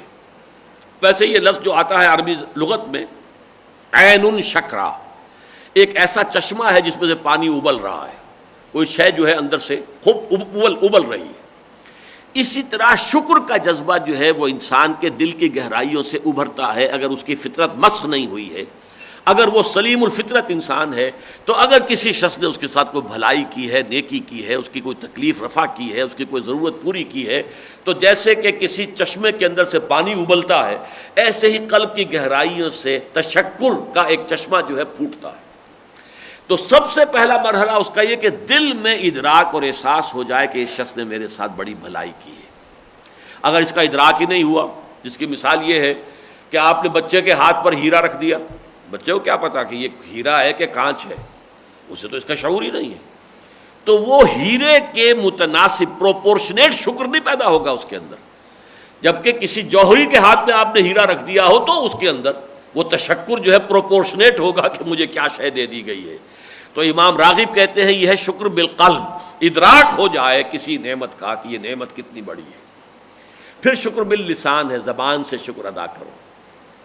پھر شکر بالجوارح ہے، اپنے پورے وجود سے اس نعمت کا حق ادا کرو. کسی بچے کو اس کو والد نے بڑی اچھی کتاب لا کر دی، بچہ مہذب ہے، سویلائزڈ ہے، وہ تھینکس ڈیڈ یہ کہہ دیا اس نے، ابا جان آپ کا شکریہ، آپ نے میرے لیے یہ کتاب لے کر آئے، پھر اس نے اٹھا کر اسے اوپر رکھ دیا، اسے پلٹ کر دیکھا ہی نہیں، تو یہ ناشکری ہے۔ لیکن اگر اس نے اس کو پڑھا، اس سے استفادہ کیا، تو یہ شکر ہے عمل کے ساتھ، جو کہ اس کے پورے وجود سے شکر ہوگا، شکر بالقلب، شکر باللسان، شکر بالجوارح۔ اب یہاں شکر کس سے کا ہے؟ قرآن کا۔ کتنی عظیم دولت اللہ نے تمہیں دی ہے، اس کا تمہیں ادراک ہو۔ ادراک کب ہوگا؟ اس جگہ پر آ کر ہمیں صوم رمضان کی جو ایک ایڈیشنل ڈائمنشن ہے وہ سامنے آئے گی، کہ ہمارے وجود میں جسے ہم نے ابھی ایڈ لیبیڈو کہا تھا اور پھر ایگو کہا اور سپر ایگو کہا، تو جان لیجئے کہ ہمارے وجود کے یہ دو حصے ہیں، ایک فرشتہ ہے، از فرشتہ سرشتہ وز حیوان، اور ایک حیوان ہے ہمارے اندر، آدمی زادہ ترفع معجون است از فرشتہ سرشتہ وز حیوان۔ ایک روح ربانی ہے جو آسمان سے آئی ہے، جو ہمیں اوپر کھینچتی ہے نیکی کے لیے، بھلائی کے لیے، اللہ کا قرب حاصل کرنے کے لیے۔ ایک ہمارا یہ نفس حیوانی ہے جو زمین سے آیا ہے، منہا خلقناکم وفیہا نعیدکم ومنہا نخرجکم تارۃ اخری، یہ ہمیں اپنی طرف گھسیٹتا ہے، زمین کی طرف، زمینی لذتیں، زمینی خواہشات، یہ ان کی طرف، یہ کشاکش ہے جو ہو رہی ہے۔ اور اکثر و بیشتر انسان اکثر و بیشتر اوقات میں وہ اس روح کے تقاضوں کو بھول کر کلیتاً اپنے وجود حیوانی کے تقاضوں کو پورا کرنے میں لگ جاتا ہے۔ روح بھوک سے، اضمحلال سے سسکتی ہے، یا مر گئی یا سسک رہی ہے، بے ہوش ہے، اس لیے کہ ادھر توجہ ہی نہیں، اس کے لیے کسی غذا کا اہتمام ہی نہیں۔ پیٹ کھانے کو مانگتا ہے، جسم کی غذا ہم جو ہے فراہم کرتے ہیں، جس کے لیے کتنی بڑی سے بڑی محنت اور مشقت کرنے کو تیار ہے۔ ذرا سا یہاں ایک پھنسی نکل آئے تو اس کے علاج کے لیے جو ہے بھاگے پھریں گے، اور اس کے لیے جو ہے کچھ نہ کچھ کریں گے، کوئی اینٹی بایوٹکس لیں گے، کہیں کوئی چیرا دلوائیں گے، کچھ اور کریں گے، لیکن روح کا تو فکر ہی نہیں۔ تو عام حالات میں یہ روح جو ہے دبی ہوئی ہوتی ہے حیوانیت کے بوجھ تلے۔ اب رمضان کا دو عطشہ پروگرام کیا ہے؟ دن میں روزہ رکھو، اس نفس حیوانی کو مزمحل کرو، یہ کمزور ہو، اس کی گرفت ڈھیلی پڑے اس روح ملکوتی پر، اس کا وزن جو پڑ رہا ہے، دباؤ پڑ رہا ہے، اس میں کمی آئے گی، تھوڑا سا اس روح کو جو ہے وہ ہوش آئے۔ جیسے یہ کہ کوئی بیچارہ غریب آدمی جو ہے وہ پیاس کی وجہ سے، بھوک کی وجہ سے وہ بے ہوش ہو گیا، اب اسے پتہ بھی نہیں ہے کہ میری کیا ضرورت ہے کیا نہیں ہے، لیکن فرض کیجئے کسی شخص نے آ کر اسے پانی کے کچھ چھینٹے دیے، پانی اس کے منہ لبوں سے لگایا، اب وہ ہوش میں آیا، اب اسے اندازہ ہوا پانی کتنی بڑی نعمت ہے، کتنی بڑی نعمت ہے، کتنی بڑی نعمت ہے۔ عام حالات میں ہمیں کیا اندازہ ہوتا ہے؟ ذرا سی پیاس لگی، ایک گلاس دو گلاس اچھے سے اچھا مشروب، ہمیں اس کی نعمت کا احساس نہیں ہوتا۔ وہ تو جیسے کہ بعض لوگوں نے لکھا ہے، کسی وقت آدمی کے اوپر اگر پیاس کی وجہ سے جان پر بنی ہوئی ہو تو کوئی بادشاہ اپنی پوری مملکت دے دے گا ایک گھونٹ پانی کے لیے، تب معلوم ہوگا اسے کہ ایک گھونٹ پانی کی کیا قدر و قیمت ہے۔ اسی طریقے سے جب یہ روح انسانی جو دبی ہوئی تھی، اس نفس حیوانی کے بوجھ تلے آئی ہوئی، دبی ہوئی، سسک رہی ہے، بے ہوش ہے، اس میں تھوڑا سا ریلیف تو ہوا، چونکہ آپ نے روزہ رکھا تو اس کو کچھ ریلیف ملا، اس کے اندر جو ہے وہ حیوانی جو دباؤ ہے کم ہوا۔ اب آپ نے قرآن مجید اس پر آب حیات جو ہے قرآن کا وہ اس کے منہ میں ٹپکایا، اور یہ جان لیجئے کہ جیسے ہمارا وجود حیوانی زمین سے آیا ہے، اس کی غذا اور تقویت کا سارا سامان بھی وہیں سے آتا ہے۔ گندم کہاں سے آئی، چاول کہاں سے آئے، سبزیاں کہاں سے آ رہی ہیں، پھل کہاں سے آ رہے ہیں، یہ تمام وجود حیوانی کے لیے، حیوانات کے لیے چارہ کہاں سے آ رہا ہے، سب کچھ وہیں سے۔ اور جس طریقے سے ہماری روح آئی ہے عالم ملکوت سے، اسی طرح اس کی غذا ہے کلام ربانی، روح امر ربانی ہے۔ یسألونک عن الروح قل الروح من امر ربی وما اوتیتم من العلم الا قلیلا، اس کے لیے جو غذا ہے، تقویت کا سامان ہے، وہ کلام ربانی ہے۔ یہ دو عطشہ پروگرام ہوتا ہے تو سب سے پہلا نتیجہ یہ نکلتا ہے قرآن کی عظمت منکشف ہوتی ہے، قرآن کا نعمت ہونا، جو سورہ یونس میں کہا گیا یا ایھا الناس قد جاءتکم موعظۃ من ربکم وشفاء لما فی الصدور وہدی ورحمۃ للمؤمنین قل بفضل اللہ وبرحمتہ فبذلک فلیفرحوا ھو خیر مما یجمعون۔ یہ قرآن اللہ کی رحمت اور اس کے فضل کا سب سے بڑا مظہر ہے۔ خوشیاں منانی ہے، جشن منانا ہے تو اس پر مناؤ کہ اللہ نے تمہیں قرآن جیسی دولت دی ہے۔ تم جو کچھ بھی ساز و سامان دنیا کا جمع کر رہے ہو، جو دولت بھی تم نے فراہم کی ہے، ان سے کہیں بڑھ کر قیمتی شے یہ قرآن ہے۔ ہوا خیر مما یجمعون۔ لیکن شعور تو اسی وقت ہوگا جب پیاس ہوگی تو پانی کی نعمت کا تصور ہوگا، جب روح کے اندر وہ پیاس ابھرے گی تو پھر اب قرآن مجید کا جو آب حیات ہے، حقیقت اس کی عظمت تو ہے، تب منکشف ہوگی۔ تیرے ضمیر پہ جب تک نہ ہو نزول کتاب، گرا کشا ہے نہ راضی نہ صاحب کشاف۔ تو پہلا جو عمل ہے اس کا نتیجہ وہ ہے لعلکم تشکرون، تاکہ تم حقیقی معنی میں شکر ادا کر سکو قرآن کا۔ قرآن کی عظمت تم پر منکشف ہوگی تبھی، قرآن کا نعمت ہونا تم پر اسی وقت منکشف ہوگا جب کہ تم اس پروسیس میں سے گزرو۔ اور اسی کے ساتھ ذہن میں، جیسا کہ میں نے پہلے بھی جوڑ ملا دیا تھا، کہ قرآن مجید یہاں کہتا ہے ہدی للناس، اور سورہ بقرہ کے شروع میں کہتا ہے ہدی للمتقین، تو گویا کہ صوم کی عبادت ہے تقویٰ کے لیے، تو یہ جو ہے ٹرائنگل مکمل ہو گئی، تاکہ تم قرآن سے تقویٰ حاصل کرو، تاکہ تم روزے سے تقویٰ حاصل کرو، تقویٰ سے قرآن حاصل کرو، اور قرآن کی عظمت جو ہے اس سے تم واقف ہو جاؤ، وہ تم پر منکشف ہو جائے۔ اس حوالے سے یہ پہلا لفظ آیا ہے لعلکم تشکرون، تاکہ تمہارے اندر قرآن کی عظمت حقیقتاً منکشف ہو جائے تم پر، اور صحیح معنی میں شکر ادا کر سکو تم اللہ کا اس عظیم نعمت پر کہ جو قرآن کی شکل میں اللہ نے تمہیں عطا فرمائی۔ اور یہ بھی نوٹ کر لیجئے کہ اللہ تعالیٰ نے خود بھی اپنی تعریف کی ہے اور گویا کہ ہمیں تلقین کی ہے، الحمدللہ الذی انزل علی عبدہ الکتاب ولم یجعل لہ عوجا۔ سورہ کہف کی پہلی آیت، کل حمد، کل ثنا، کل تعریف، کل شکر اس اللہ کے لیے ہے جس نے اپنے بندے پر صلی اللہ علیہ وسلم یہ کتاب نازل فرمائی جس میں کوئی ایچ پیچ نہیں رکھا، کوئی کجی نہیں رکھی۔ اچھا اگلی آیت پڑھیے اب، وَإِذَا سَأَلَكَ عِبَادِي عَنِّي فَإِنِّي قَرِيبٌ۔ اس آیت کے ربط اور تعلق کو تو اکثر و بیشتر لوگ بالکل نہیں سمجھ سکے، اور میں حیران ہوا کہ سب سے بڑھ کر جو ربط قرآن کے سب سے بڑے علمبردار ہیں وہ بالکل ہی نہیں سمجھ پائے اس کا ربط کیا ہے۔ اور جب میرے بندے آپ سے نبی میرے بارے میں پوچھیں تو کہیے کہ انی قریب، میں قریب ہی ہوں، اجیب دعوت الداع اذا دعان، میں تو ہر پکارنے والے کی پکار کو سنتا ہوں، جب بھی پکارے، جہاں بھی پکارے، نہ صرف سنتا ہوں، قبول کرتا ہوں اس کی دعا کو۔ لیکن یہ کہ یہ یک طرفہ عمل نہیں ہوگا، فَلْيَسْتَجِيبُوا لِي، چاہیے کہ وہ بھی تو میری پکار کو سنیں، لبیک کہیں، میری باتیں مانیں، وَلْيُؤْمِنُوا بِي، اور مجھ پر رکھیں پورا یقین، پورا ایمان، پورا ایقان، لَعَلَّهُمْ يَرْشُدُونَ۔ یہ تیسرا لعل آ گیا تاکہ وہ رشد اور فوز و فلاح سے ہمکنار ہو جائیں۔ یہ اونچی، سب سے اونچی منزل ہو گئی رشد۔ خلفائے راشدین، صحابہ اکرام کو اولئک ھم الراشدون، رشد اور فلاح یہ سب سے اونچی اصطلاحات ہے۔ فائز ہو جانا، فائز المرا، اولئک ھم الفائزون، اولئک ھم الراشدون، اولئک ھم المفلحون۔ تو یہ رشد جو ہے یہ گویا کہ انسان اپنا وہ اصل مقام جو اللہ نے اس کے لیے پوٹینشلی جس پر کہ اسے پیدا کیا ہے وہاں تک پہنچ جائے، حقیقتاً خلیفۃ اللہ بن جائے، یہ رشد ہے۔ لہذا یہ لعل پہلے آیا تھا، کتب علیکم الصیام کما کتب علی الذین من قبلکم لعلکم تتقون۔ میں نے کہا تھا یہ پہلا حکمت قرآن کا پہلا لیول ہے، ضبط نفس پیدا ہو جائے، تقویٰ پیدا ہو جائے۔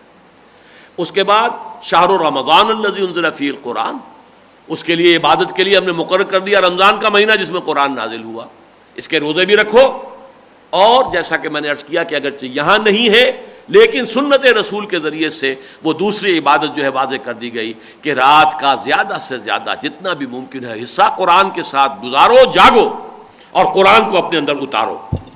اس کا نتیجہ پہلا نکلے گا یہ کہ لعلکم تشکرون، تاکہ تمہارے اندر قرآن کی اصل عظمت کا ادراک اور شعور پیدا ہو جائے، اور پھر صحیح معنی میں تم قرآن پر اللہ کا شکر ادا کرو اور صحیح معنی میں قرآن سے استفادہ کرو، اسے اپنا امام بناؤ۔ وَجَعَلْهُ لَنَا إِمَامًا وَنُورًا وَهُدًى وَرَحْمَةً، صرف اللہ سے دعا نہ کرو، اسے بالفعل اپنا امام اور نور اور اپنے لیے ہدایت اور رحمت بناؤ۔ اور اس کے بعد اصل نتیجہ کیا نکلے گا کہ تمہاری روح جب بیدار ہوئی، وہ بے ہوش پڑی ہوئی تھی پیاس سے، اس کے اوپر آب حیات قرآن کا ٹپکایا گیا، اب اس میں کوئی تقویت پیدا ہوئی ہے، تو ایک قانون ہے کل شیء یرجع الی اصلہ، ہر شے اپنی اصل کی طرف رجوع کرتی ہے۔ یہ روح کہاں سے آئی تھی؟ عالم بالا سے، یہ اس عالم اسفل کی شے نہیں ہے، یہ عالم خلق کی شے نہیں، یہ عالم امر کی شے ہے، لہذا یہ تو ہوگی تو اس کی توجہ کدھر ہوگی؟ وہ جو ہم ہائی اسکول میں مسلسل کئی سال صبح جو ہم پڑھا کرتے تھے حمد، اس حمد کے الفاظ یہ بھی ہیں، مجھ کو ہے تیری جستجو، مجھ کو تیری تلاش ہے، خالق میرے کہاں ہے تو، مجھ کو تیری تلاش ہے۔ روح انسانی جو ہے اس کے اندر جو طلب پیدا ہوتی ہے وہ قرب خداوندی کی ہے، بلکہ اللہ تعالیٰ سے وصل، اللہ کا قرب حاصل کرنا، یہ ہے کہ جو روح کے اپنے اندر جو اس کی طلب ہے، جو دبی ہوئی تھی اس کی طرف دھیان ہی نہیں، اس کی طرف توجہ ہی نہیں، وہ تو بیچاری سسک رہی تھی، بے ہوش پڑی تھی، یا ابو جہل جیسے لوگوں کی مر چکی تھی، ختم ہو چکی تھی، وہ بحیثیت انسان مر چکے تھے، ان کی روح ختم ہو چکی تھی۔ وہ تو صرف حیوان ابو جہل زندہ تھا، حیوان ابو لہب زندہ تھا، انسان ابو لہب اور انسان ابو جہل مر چکے تھے۔ لیکن کچھ لوگ ہیں کہ جو مرے نہیں، ابھی روح سسک رہی ہے، بالکل بے ہوش ہے، لیکن ہوش میں آ گئی تو اب کدھر متوجہ ہوگی؟ جب ادھر متوجہ ہوگی، خالق میرے کہاں ہے تو، مجھ کو میری تلاش ہے، تو اب اس کے اندر جو یہ داعیہ پیدا ہوگا قرب الہی کی تلاش کا، اللہ سے ہم کلام ہونے کا، اللہ سے مناجات کرنے کا، تو اس کے لیے فرمایا جب میرے بندے آپ سے میرے بارے میں سوال کریں تو ان کو بتا دیجئے میں کہیں دور نہیں، مجھے پکارنے کے لیے ویرانوں میں جانے کی ضرورت نہیں ہے، مجھ سے لو لگانے کے لیے کہیں جا کر گپھاؤں میں اور جنگلوں میں اور پہاڑوں کی چوٹیوں پر یا غاروں میں بیٹھ کر جو ہے تپسیاؤں کی ضرورت، جب چاہو جہاں چاہو مجھ سے ہم کلام ہو جاؤ۔ اس سے بڑا اوپن لائسنس جو ہے واقعہ یہ ہے، یہ میری بات اچھی طرح پلے باندھ لیجئے کہ اگرچہ ہیومن رائٹس کا میگنا کارٹا، انسانی حقوق کا میگنا کارٹا بہت بڑی دستاویز تھی کہ جس میں انسان کے حقوق معین کیے گئے، میرے نزدیک اس آیت سے بڑا میگنا کارٹا کوئی نہیں، اس سے زیادہ لبریٹنگ شے کوئی نہیں نوع انسانی کے لیے، اس لیے کہ ہمیشہ یہ رہا ہے کہ انسانوں کو کچھ چالاک انسانوں نے اس دھوکے میں ڈالا، تمہارا خدا بہت دور بہت دور بہت دور، تم بہت گھٹیا بہت رذیل، تم گناہوں میں لت پت نجس، تم اس سے ہم کلام نہیں ہو سکتے۔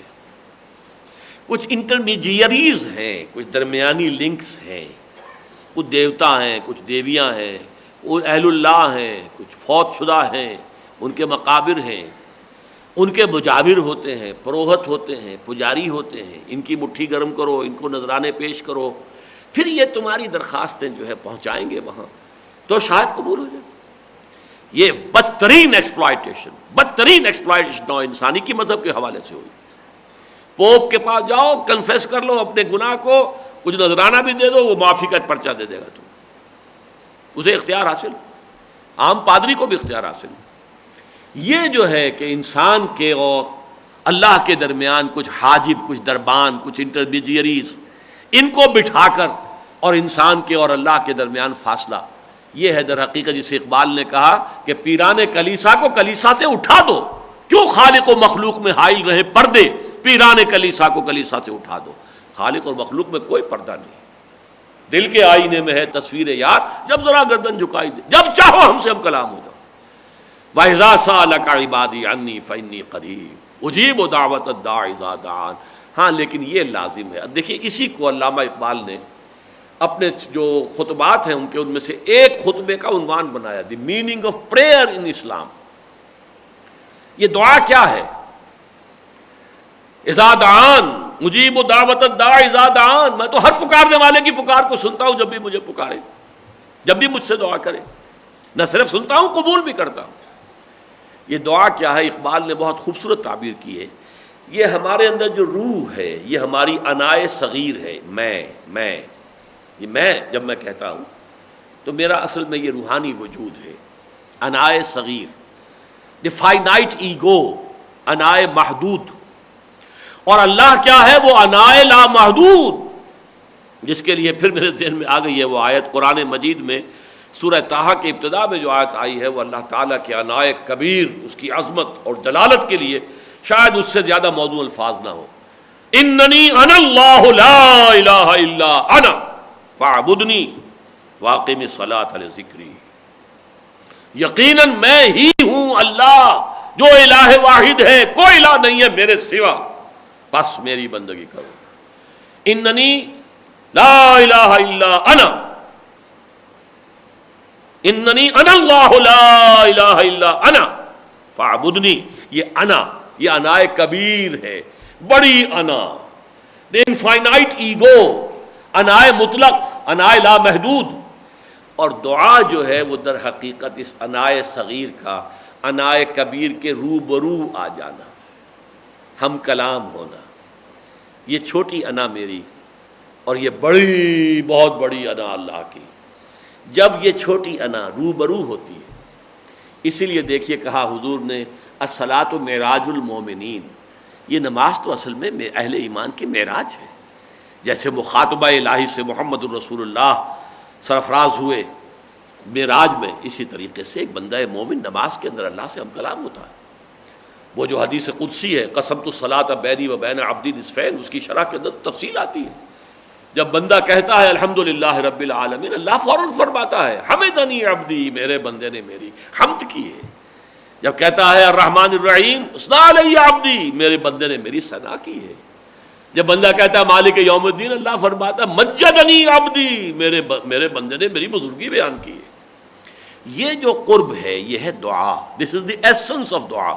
ایک ہوتا ہے دعائیں پڑھنا، جیسے کہ حج کے لیے بھی کتابیں موٹی موٹی لوگ لے جاتے ہیں، وہ طواف کرتے ہوئے دعائیں پڑھ رہے ہوتے ہیں.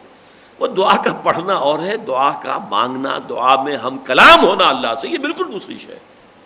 چاہے وہ ایک ہی دعا ہے کہ جو پڑھی جاتی ہے رکن یمانی، اور پھر وہ جو سب سے بڑا رکن ہے جہاں پہ کہ حجر اسود ہے، وہ اگلے رکوع میں وہ آ بھی جائے گی، بلکہ اس سے اگلے رکوع میں ربنا آتنا فی الدنیا حسنۃ وفی الآخرۃ حسنۃ وقنا عذاب النار.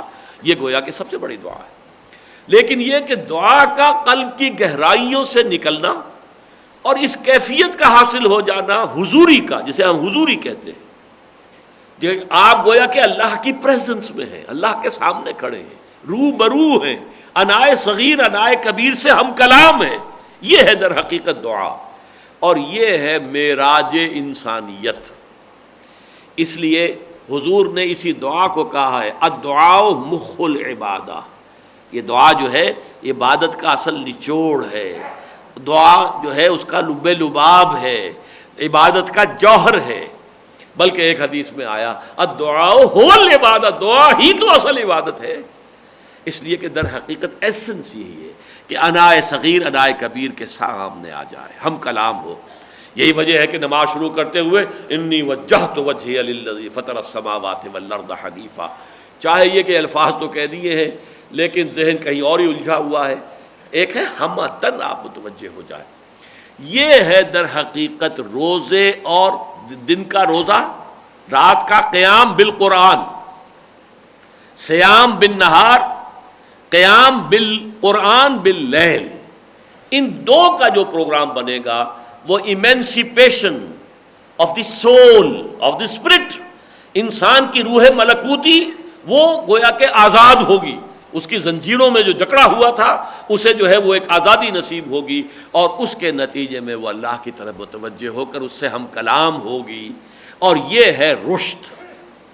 لیکن اس کے لیے جو شرط لازم ہے وہ صرف ایک، فَلْيُؤْمِنُوا بِي فَلْيَسْتَجِيبُوا لِي وَلْيُؤْمِنُوا، میرا حکم بھی مانو. یہ دو طرفہ معاملہ ہوگا میرے ساتھ، یک طرفہ نہیں.